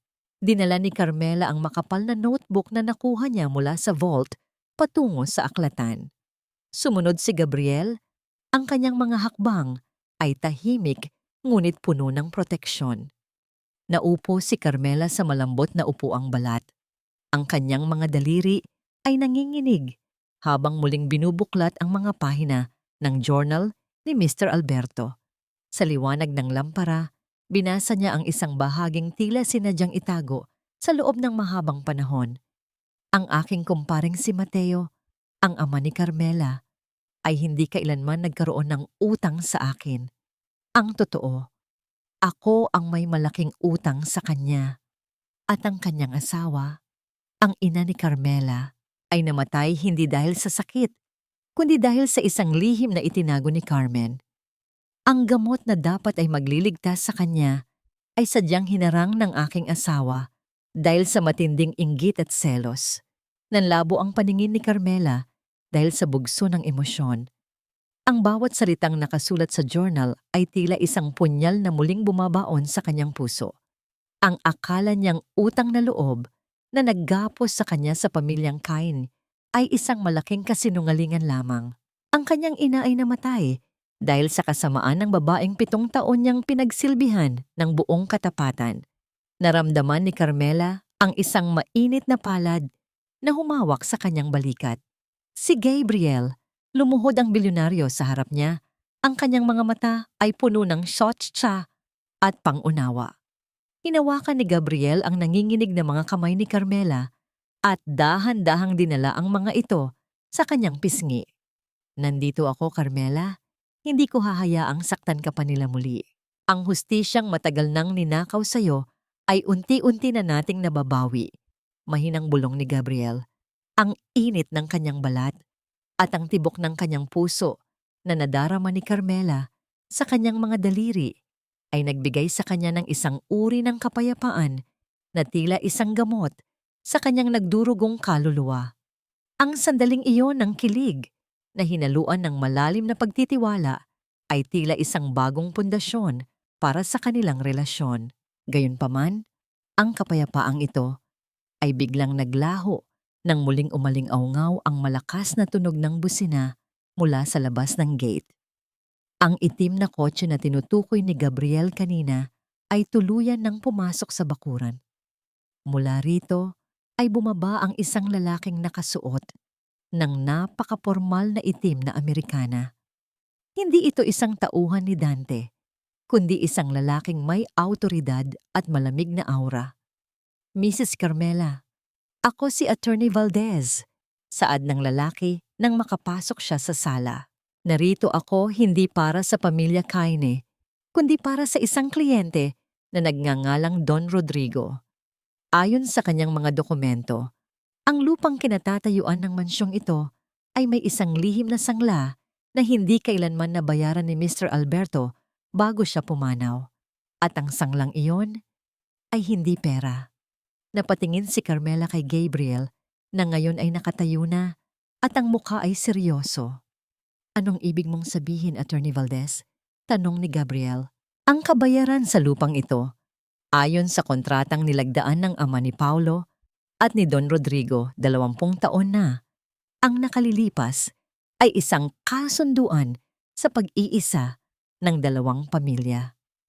At dahil si Paulo ay hindi na bahagi ng mansyong ito, ang kliyente ko ay narito upang hingin ang kanyang karapatan kay Mrs. Carmela. Isang matinding kaba ang bumalot sa dibdib ni Carmela. Sino si Don Rodrigo? At anong kinalaman niya sa kanyang nakaraan na hindi nabanggit sa journal? Habang nagsasalita ang abogado, nakita ni Carmela mula sa bintana ang isang figura ng lalaki na nakatayo sa labas ng kotse, nakatingin, nang diretso sa kanya sa aklatan.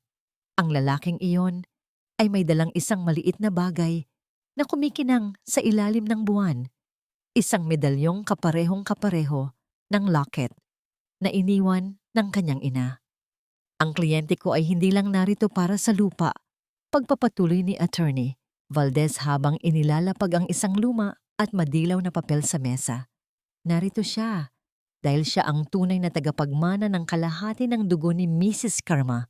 Don Rodrigo is your biological uncle, ang kapatid ng iyong ina na matagal nang itinuring na patay. Ang pagpihit ng pintuan ng aklatan at ang pagpasok ng isang lalaking may anyong tila isang hari ng kadiliman ay nagpatigil sa mundo ni Carmela. Ang bawat hakbang ng lalaki ay tila tunog ng isang nakalilibing na lihim na muling nabuhay. Kumusta, Carmela? Matagal kitang hinanap sa ilalim ng anino ng mga Caine? Wika ng lalaki na may boses na kasing lamig ng yelo. Ang dahan-dahang pagtaas ng lalaki sa kanyang kamay upang ipakita ang isang marka sa kanyang palad na kaparehong-kapareho ng marka sa balikat ni Carmela.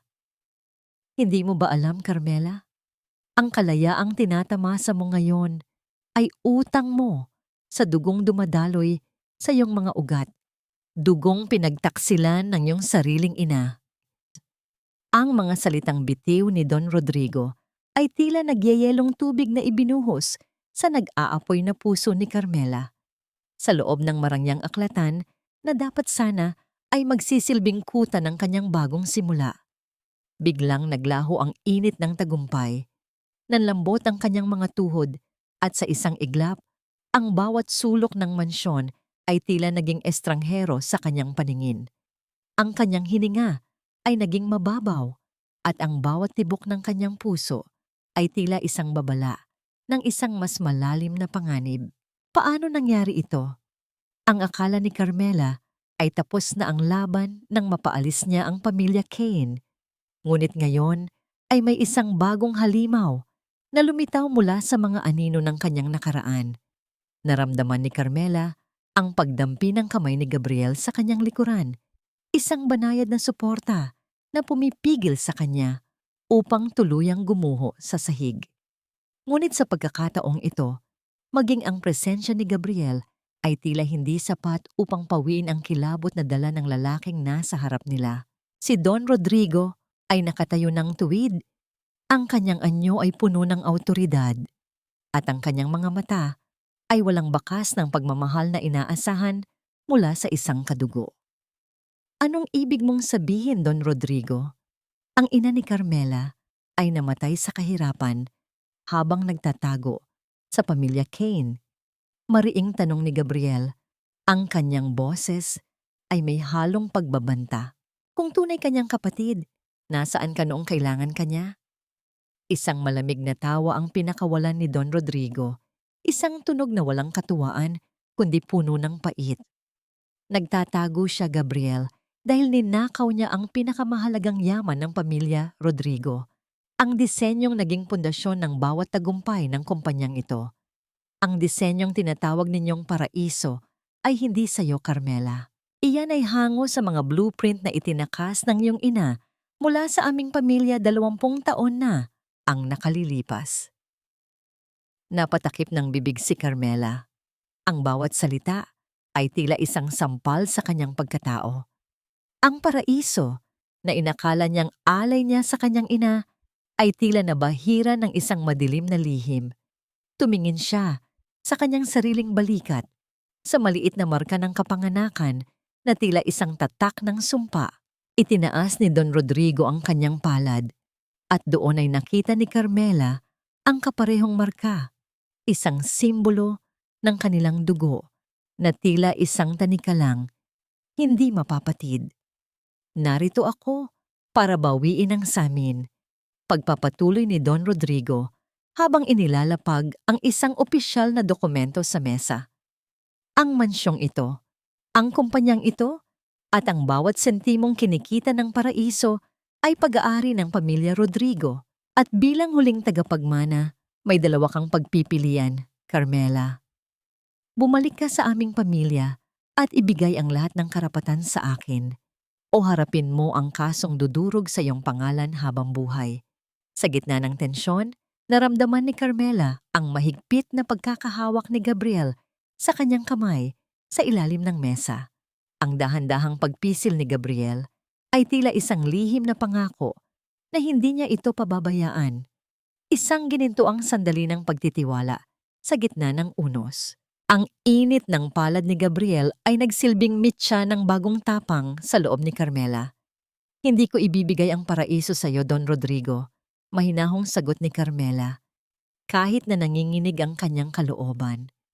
Kung totoo man ang sinasabi mo, bakit ngayon mo lang ito binabawi? Bakit hinayaan mong mamatay ang kapatid mo sa hirap? Dahil ang dugo ay mas matimbang kaysa sa pera, Carmela. Madiing sagot ni Rodrigo, ngunit ang pagtataksil ay dapat pagbayaran. Pag-alis ni Don Rodrigo, naiwang tulala si Carmela sa gitna ng aklatan. Ang kanyang buong pagkatao ay tila isang gusali na unti-unting nagigiba. Lumapit sa kanya si Gabriel at dahan-dahang niyakap siya mula sa likuran. Ibinigay ni Gabriel ang kanyang balikat upang doon ay ilabas ni Carmela ang lahat ng kanyang takot. Hahanapin natin ang katotohanan, Lumina. Bulong ni Gabriel sa kanyang tainga. Hindi tayo susuko. Ang liwanag mo ay hindi matatalo ng kahit anong dilim mula sa nakaraan. Habang magkayakap ang dalawa, isang hindi inaasahang tagpo ang nagaganap sa isang madilim na eskinita sa labas ng mansyon. Si Paulo, na ngayon ay wala ng matuluyan, ay nilapitan ng isang lalaking nakasuot ng itim na suit, isang tauhan ni Don Rodrigo. "Gusto mo bang bawiin ang lahat, Paulo?" tanong ng lalaki habang inilalabas ang isang makapal na bundle ng pera. "May isang paraan para mapatunayan mong ikaw ang biktima sa lahat ng ito. Kailangan lang naming malaman ang bawat kahinaan ni Carmela, lalo na ang tungkol sa gabi ng pagkamatay ng kanyang ina." Ang pagtanggap ni Paulo sa pera ay tila tunog ng isang bagong kasunduan sa demonyo. Isang bagong pakikipagsabwatan ang nabubuo na siyang wawasak sa unti-unting nabubuong katahimikan ni Carmela. "Magnanakaw ba ang nanay ko, Gabriel? Sabihin mo sa akin ang totoo. Naging masama ba siyang tao para lamang mabuhay kami?" Ang boses ni Carmela ay tila isang marupok na hibla ng sinulid na malapit ng maputol habang nakatitig siya sa kawalan sa loob ng kanilang sasakyan. Sa gitna ng naglalakihang mga gusali ng Makati na tila mga higanteng nagmamasid, naramdaman niya ang isang matinding lula. Hindi dahil sa taas, kundi dahil sa bigat ng mga paratang ni Don Rodrigo. Ang bawat salitang binitawan ng kanyang tito ay tila mga anay na unti-unting kumakain sa pundasyon ng kanyang pagkatao. Ang kanyang ina, ang tanging liwanag na pinanghahawakan niya sa loob ng 7 taon ng kadiliman sa pamilya Kane, ay pilit na dinudumihan ng isang nakaraang hindi niya kailanman nalaman. Hinawakan ni Gabriel ang nanginginig na kamay ni Carmela habang ang kabilang kamay niya ay maingat na nagmamaneho. Ang dahan-dahang paghaplos ng hinlalaki ni Gabriel sa likod ng palad ni Carmela ay tila isang angkla sa gitna ng nagngangalit na dagat ng alinlangan. Hindi kailanman naging magnanakaw ang isang taong nagpalaki sa iyo ng may ganyang kabutihan, Carmela. Ang katotohanan ay may 2 mukha at sisiguraduhin kong ang mukha ng katarungan ang ating makikita. Nagtungo sila sa isang lumang bahay sa labas ng lungsod kung saan naninirahan ang isang matandang nurse na dating malapit na kaibigan ng ina ni Carmela. Ang bawat pag-ikot ng gulong ng sasakyan sa torap na kalsada ay tila paglapit sa isang katotohanang matagal nang ibinaon.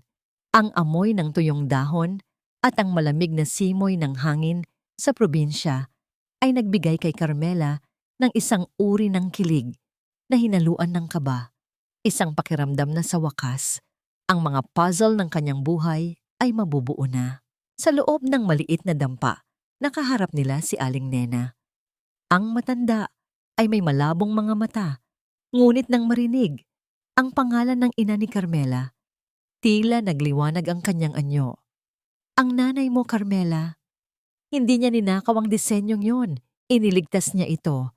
Ang pamilya Rodrigo ay gustong gamitin ang paraiso para sa isang proyektong wawasak sa kalikasan at sa buhay ng maraming mahihirap sa probinsya.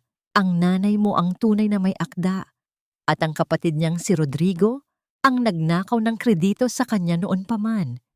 Nanumbalik ang lakas sa mga mata ni Carmela. Ang bawat salita ni Aling Nena ay tila isang balabal na nagbibigay init sa kanyang nanlalamig na puso.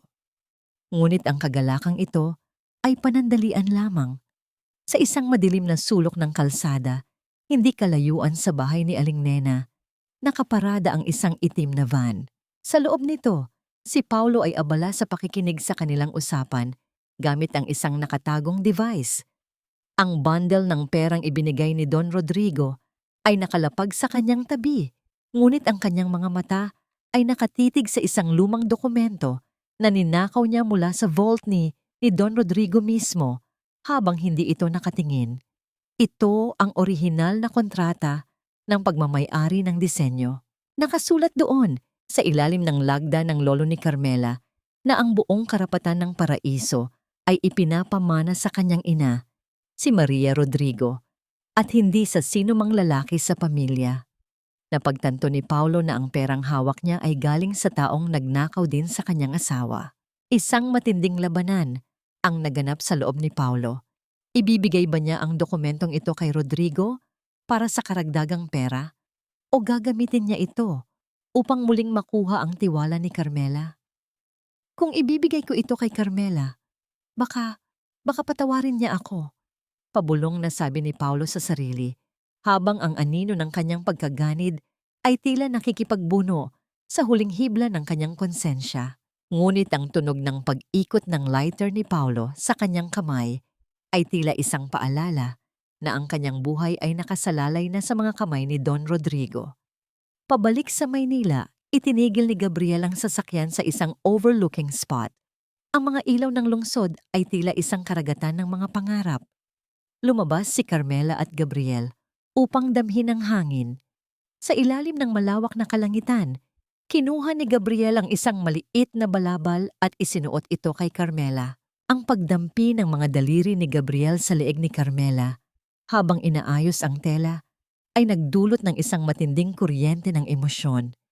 Carmela, ano man ang mangyari, bukas sa pagharap natin kay Don Rodrigo, tandaan mo na hindi ka na nag-iisa, sabi ni Gabriel habang nakatingin ng malalim sa mga mata ng babae. Ang paraiso ay hindi lang isang disenyo. Ito ang simbolo ng iyong pagbabalik. At handa akong ibigay ang lahat, maging ang sarili kong pangalan, para lang maprotektahan ka. Sa isang gintong sandali, dahan-dahang inilapit ni Gabriel ang kanyang mukha sa kay Carmela. Naramdaman ni Carmela ang mainit na hininga ni Gabriel. Ang bawat segundo ay tila tumigil sa pag-ikot. Isang matamis at maingat na halik ang idinampi ni Gabriel sa noo ni Carmela. Isang pangako ng katapatan na mas mahalaga kaysa sa anumang kontrata. Ang katahimikan ng gabi ay binalot sila ng isang uri ng pag-ibig na nagpapahilom sa bawat sugat ng nakaraan. Gayunpaman, ang romantikong sandaling ito ay nabasag nang biglang makatanggap si Gabriel ng isang tawag.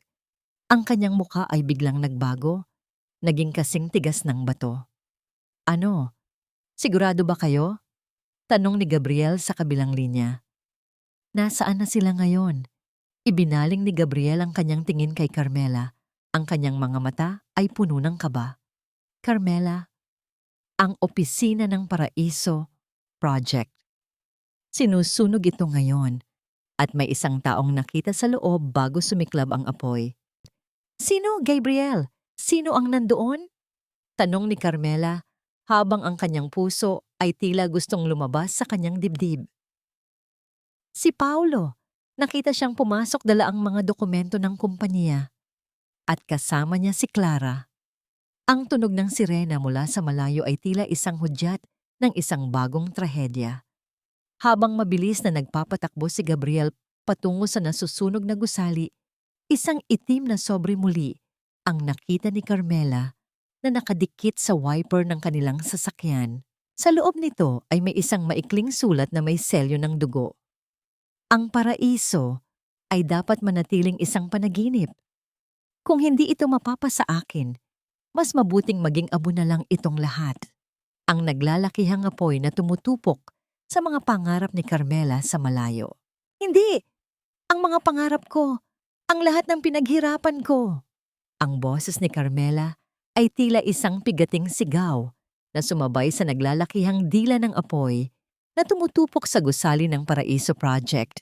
Sa ilalim ng madilim na kalangitan, ang kulay kahel na liwanag mula sa sunog ay nagbibigay ng isang nakatatakot na kakinangan sa mukha ni Carmela. Ang bawat pag-irit ng nagbabagang kahoy at ang pagbagsak ng mga bubong ay tila tunog ng pagkawasak ng huling pag-asa ng kanyang ina.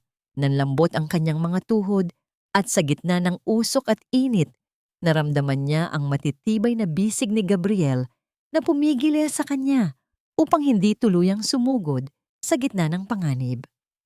Huwag, Carmela. Masyadong mapanganib. Sigaw ni Gabriel habang mahigpit siyang niyayakap mula sa likuran. Ang init ng katawan ni Gabriel at ang kanyang mabilis na tibok ng puso ay tila nagsisilbing tanging proteksyon ni Carmela laban sa nagngangalit na apoy. Hindi nila alam na ang tunay na paraiso ay wala sa mga papel na yan, kundi nasa puso mo. At ang sining mo, hindi yan kayang sunugin ng anumang apoy. Sa gitna ng kaguluhan, nakita nila si Paulo na lumabas mula sa gilid ng gusali. Itim ang mukha dahil sa uling at puno ng sugat ang mga kamay. Hawak niya ang isang bag na tila naglalaman ng mga dokumento, ngunit bago pa man siya makalayo, hinablot ito ni Clara. Nakasunod niya palang tumatakbo. Isang matinding pag-aaway ang naganap sa pagitan ng dalawa sa harap ng naglalakihang apoy. Ibigay mo sa akin yan, Paulo. Ibibigay ko ito kay Don Rodrigo, kapalit ng ating kalayaan. Giling na sigaw ni Clara habang sinusubukang agawin ang bag. Wala na tayong mapupuntahan. Susunugin natin ang lahat at tatakas tayo dala ang pera. Ginamit mo lang ako, Clara. Sagot ni Paulo. Ang kanyang boses ay puno ng pait at pagsisisi. Pinaniwala mo ako na mahal mo ako. Pero ang totoo ay tauhan ka lang ni Rodrigo para sirain ang asawa ko. Ang dokumentong ito ang magliligtas kay Carmela. Isang malakas na tulak ang ginawa ni Clara kay Paulo. Sapat na upang bumagsak ang huli sa mga nagbabagang debris sa gilid ng gusali. Sa sandaling iyon, ang mga tauhan ng bumbero at pulisya ay dumating na. Ang tunog ng kanilang mga sasakyan ay tila isang hudyat ng pagtatapos ng kasamaan. Hinarang ni Gabriel at ng kanyang mga gwardiya si Clara bago pa man ito makalayo. Tapos na ang laro mo, Clara. Malamig na sabi ni Gabriel. Ang lahat ng ginawa ninyo ay nakarecord at ang dokumentong pinag-aagawan ninyo, isang pekeng kopya lang iyon na sadyang iniwan ko sa opisina para sa mga tulad ninyo. Ang orihinal ay ligtas na sa kamay ng aming mga abogado. Namutla si Clara at dahan-dahang binitiwan ng bag. Ang kanyang mukha na dati ay puno ng ganda at panlilinlang ay ngayon ay puno na ng takot at dumi. Nilapitan siya ni Carmela. Ang kanyang mga mata ay puno ng isang uri ng lamig na tila yelo sa gitna ng apoy. Ang akala mo ba ay masisira mo ang alaala ng aking ina sa pamamagitan ng apoy na ito? Mahinahong tanong ni Carmela habang tinititigan ang nanginginig na si Clara. Ang paraiso ay hindi lang isang gusali, Clara. Ito ang aking pagkatao at sa araw na ito, ang apoy na sinimulan mo ang siya ring tutupok sa inyo. Habang pinupusasan ng mga pulis si Clara at si Paulo, ay isinasakay sa ambulansya. Dahil sa kanyang mga sugat, lumapit si Carmela kay Paulo sa huling pagkakataon. Tinitigan niya ang lalaking 7 taon niyang minahal at pinaglingkuran. Wala na siyang maramdamang galit, tanging isang malalim na pagkapuot na hinaluan ng kapatawaran para sa sarili niya. Paolo, ang utang na loob na sinasabi mo noon, ngayon ay bayad na. Bulong ni Carmela. Dahil sa huling sandali, sinubukan mong iligtas ang alaala ng nanay ko kahit sa maling paraan, pero hindi na kita kailangan para maging buo muli. Malaya na ako. Bumaling si Carmela kay Gabriel. Ang kanyang mga mata ay nagsasabing handa na siyang iwanan ang lahat ng sakit. Hinawakan ni Gabriel ang kanyang kamay at dahan-dahang iginiya palayo sa nasusunog na gusali. Sa bawat hakbang nila, naramdaman ni Carmela ang pag-agos ng hangin na tila humahaplos sa kanyang sugatang puso. Isang ginintuang sandali ng paglaya ang nagaganap habang ang sikat ng araw sa madaling araw ay unti-unting sumisilip sa abot-tanaw. Gabriel, salamat. Mahinang sabi ni Carmela habang nakasandal ang kanyang ulo sa balikat ng lalaki. Ngayon ko lang naramdaman na ang tunay na paraiso ay hindi isang lugar, kundi ang pakiramdam na ikaw ay pinahahalagahan at nirerespeto. At sisiguraduhin ko, Lumina, na ang paraisong yon ang magiging tahanan mo habang buhay, sagot ni Gabriel habang maingat na humahalik sa itaas ng ulo ni Carmela. Ang kanilang anino, habang naglalakad palayo sa guho, ay tila isang larawan ng muling pagkabuhay mula sa abo. Gayunpaman, sa malayo, sa loob ng isang madilim na sasakyan, Si Don Rodrigo ay nakatingin sa naglalakihang apoy. Ang kanyang mga kamay ay mahigpit na nakahawak sa manibela. Ang kanyang muka ay puno ng pait. Hindi siya nagtagumpay na bawiin ang paraiso, ngunit may isang huling baraha pa siyang itinatago. Kinuha niya ang kanyang telepono at may tinawagan. Ilabas ang huling dokumento. Kung hindi natin siya mapababagsak sa pamamagitan ng sining, pababagsakin natin siya sa pamamagitan ng kanyang nakaraan. Ipaalam sa lahat kung sino ang tunay na pumatay sa ama ni Paulo Caine. Ang tunog ng pag-andar ng sasakyan ni Rodrigo patungo sa kadiliman ay tila isang mitya ng isang huling twist na hindi inaasahan ng sinuman. Sa bawat pag-alon ng dagat sa baybayin ng bagong bukas na paraiso ni Ina Resort, tila may ibinubulong ang hangin tungkol sa isang kwentong nagsimula sa dilim, ngunit nagtapos sa nakasisilaw na liwanag. 2 taon na ang lumipas mula nang gumuho ang kaharian ng mga Caine, at ngayon, ang lupang dati ay saksi sa mga luha ni Carmela ay naging isang santuwaryo ng sining at kapayapaan. Ang bawat kurba ng gusali, ang bawat disenyo ng hardin, at ang bawat detalye ng arkitektura ay nagdadala ng pangalan ni Carmela Rodrigo. Hindi na bilang isang anino, kundi bilang isang reyna ng kanyang sariling tadhana. Nakatayo si Carmela sa balkonahe ng kanyang opisina, suot ang isang simpleng puting bestida na humahalik sa kanyang mga bukong-bukong habang hinihipan ng amihan. Wala na ang thorap na mga kamay na dati ay puro kalyo dahil sa gawaing bahay. Ang kanyang mga daliri, ngayon, ay muling naging bihasa sa paghawak ng lapis at pagbuo ng mga pangarap. Tumingin siya sa malayo, kung saan ang sikat ng araw ay unti-unting lumulubog, nagbibigay ng kulay ginto sa karagatan. Isang malalim na buntong hininga ng pasasalamat ang kanyang pinakawalan. Ang katarungan ay dahan-dahang gumapang sa buhay ng mga taong sumira sa kanya. Si Paulo ay kasalukuyang nagsisilbi ng kanyang parusa sa loob ng kulungan, hindi lamang dahil sa panloloko sa kumpanya, kundi dahil na rin sa pakikipagsabwatan sa mga ilegal na sugalan ni Dante. Si Senyora Carmen naman ay naninirahan na ngayon sa isang maliit na paupahang kwarto sa probinsya, malayo sa karangyaan at perlas na dati niyang ipinagmamalaki, umaasa na lamang sa maliit na pensyong ipinadadala ni Carmela buwan-buwan. Hindi ito paghihiganti. Ito ay pagpapakita ni Carmela na ang tunay na utang na loob ay hindi binabayaran ng pagkaalipin, kundi ng pagpapakita ng higit na kabutihan sa kabila ng kasamaan. At si Don Rodrigo, ang kanyang tito, na nagtangkang nakawin ng paraiso, ay tuluyan ng bumagsak matapos ilantad ni Gabriel ang mga dokumentong nagpapatunay na si Rodrigo ang pumatay sa ama ni Paulo upang makuha ang lupain. Ang kadilimang itinago ng pamilya Rodrigo sa loob ng 20 taon ay nagtapos sa likod ng mga rehas. Ang hustisyang matagal nang ninakaw sa ina ni Carmela ay sa wakas ay nakamit na. Naramdaman ni Carmela ang pamilyar na init ng isang presensya sa kanyang likuran. Ang dahan-dahang pagpulupot ng mga bisig ni Gabriel sa kanyang baywang ay nagbigay sa kanya ng isang uri ng kilig na tila hindi kailanman kumukupas.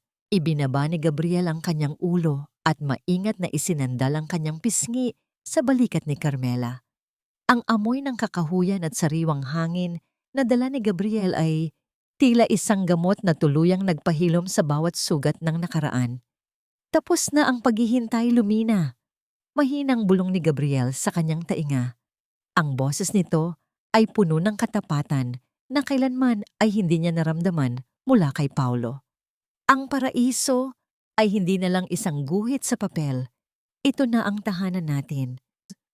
Humarap si Carmela kay Gabriel. Ang kanyang mga mata ay nagniningning sa ilalim ng liwanag ng buwan.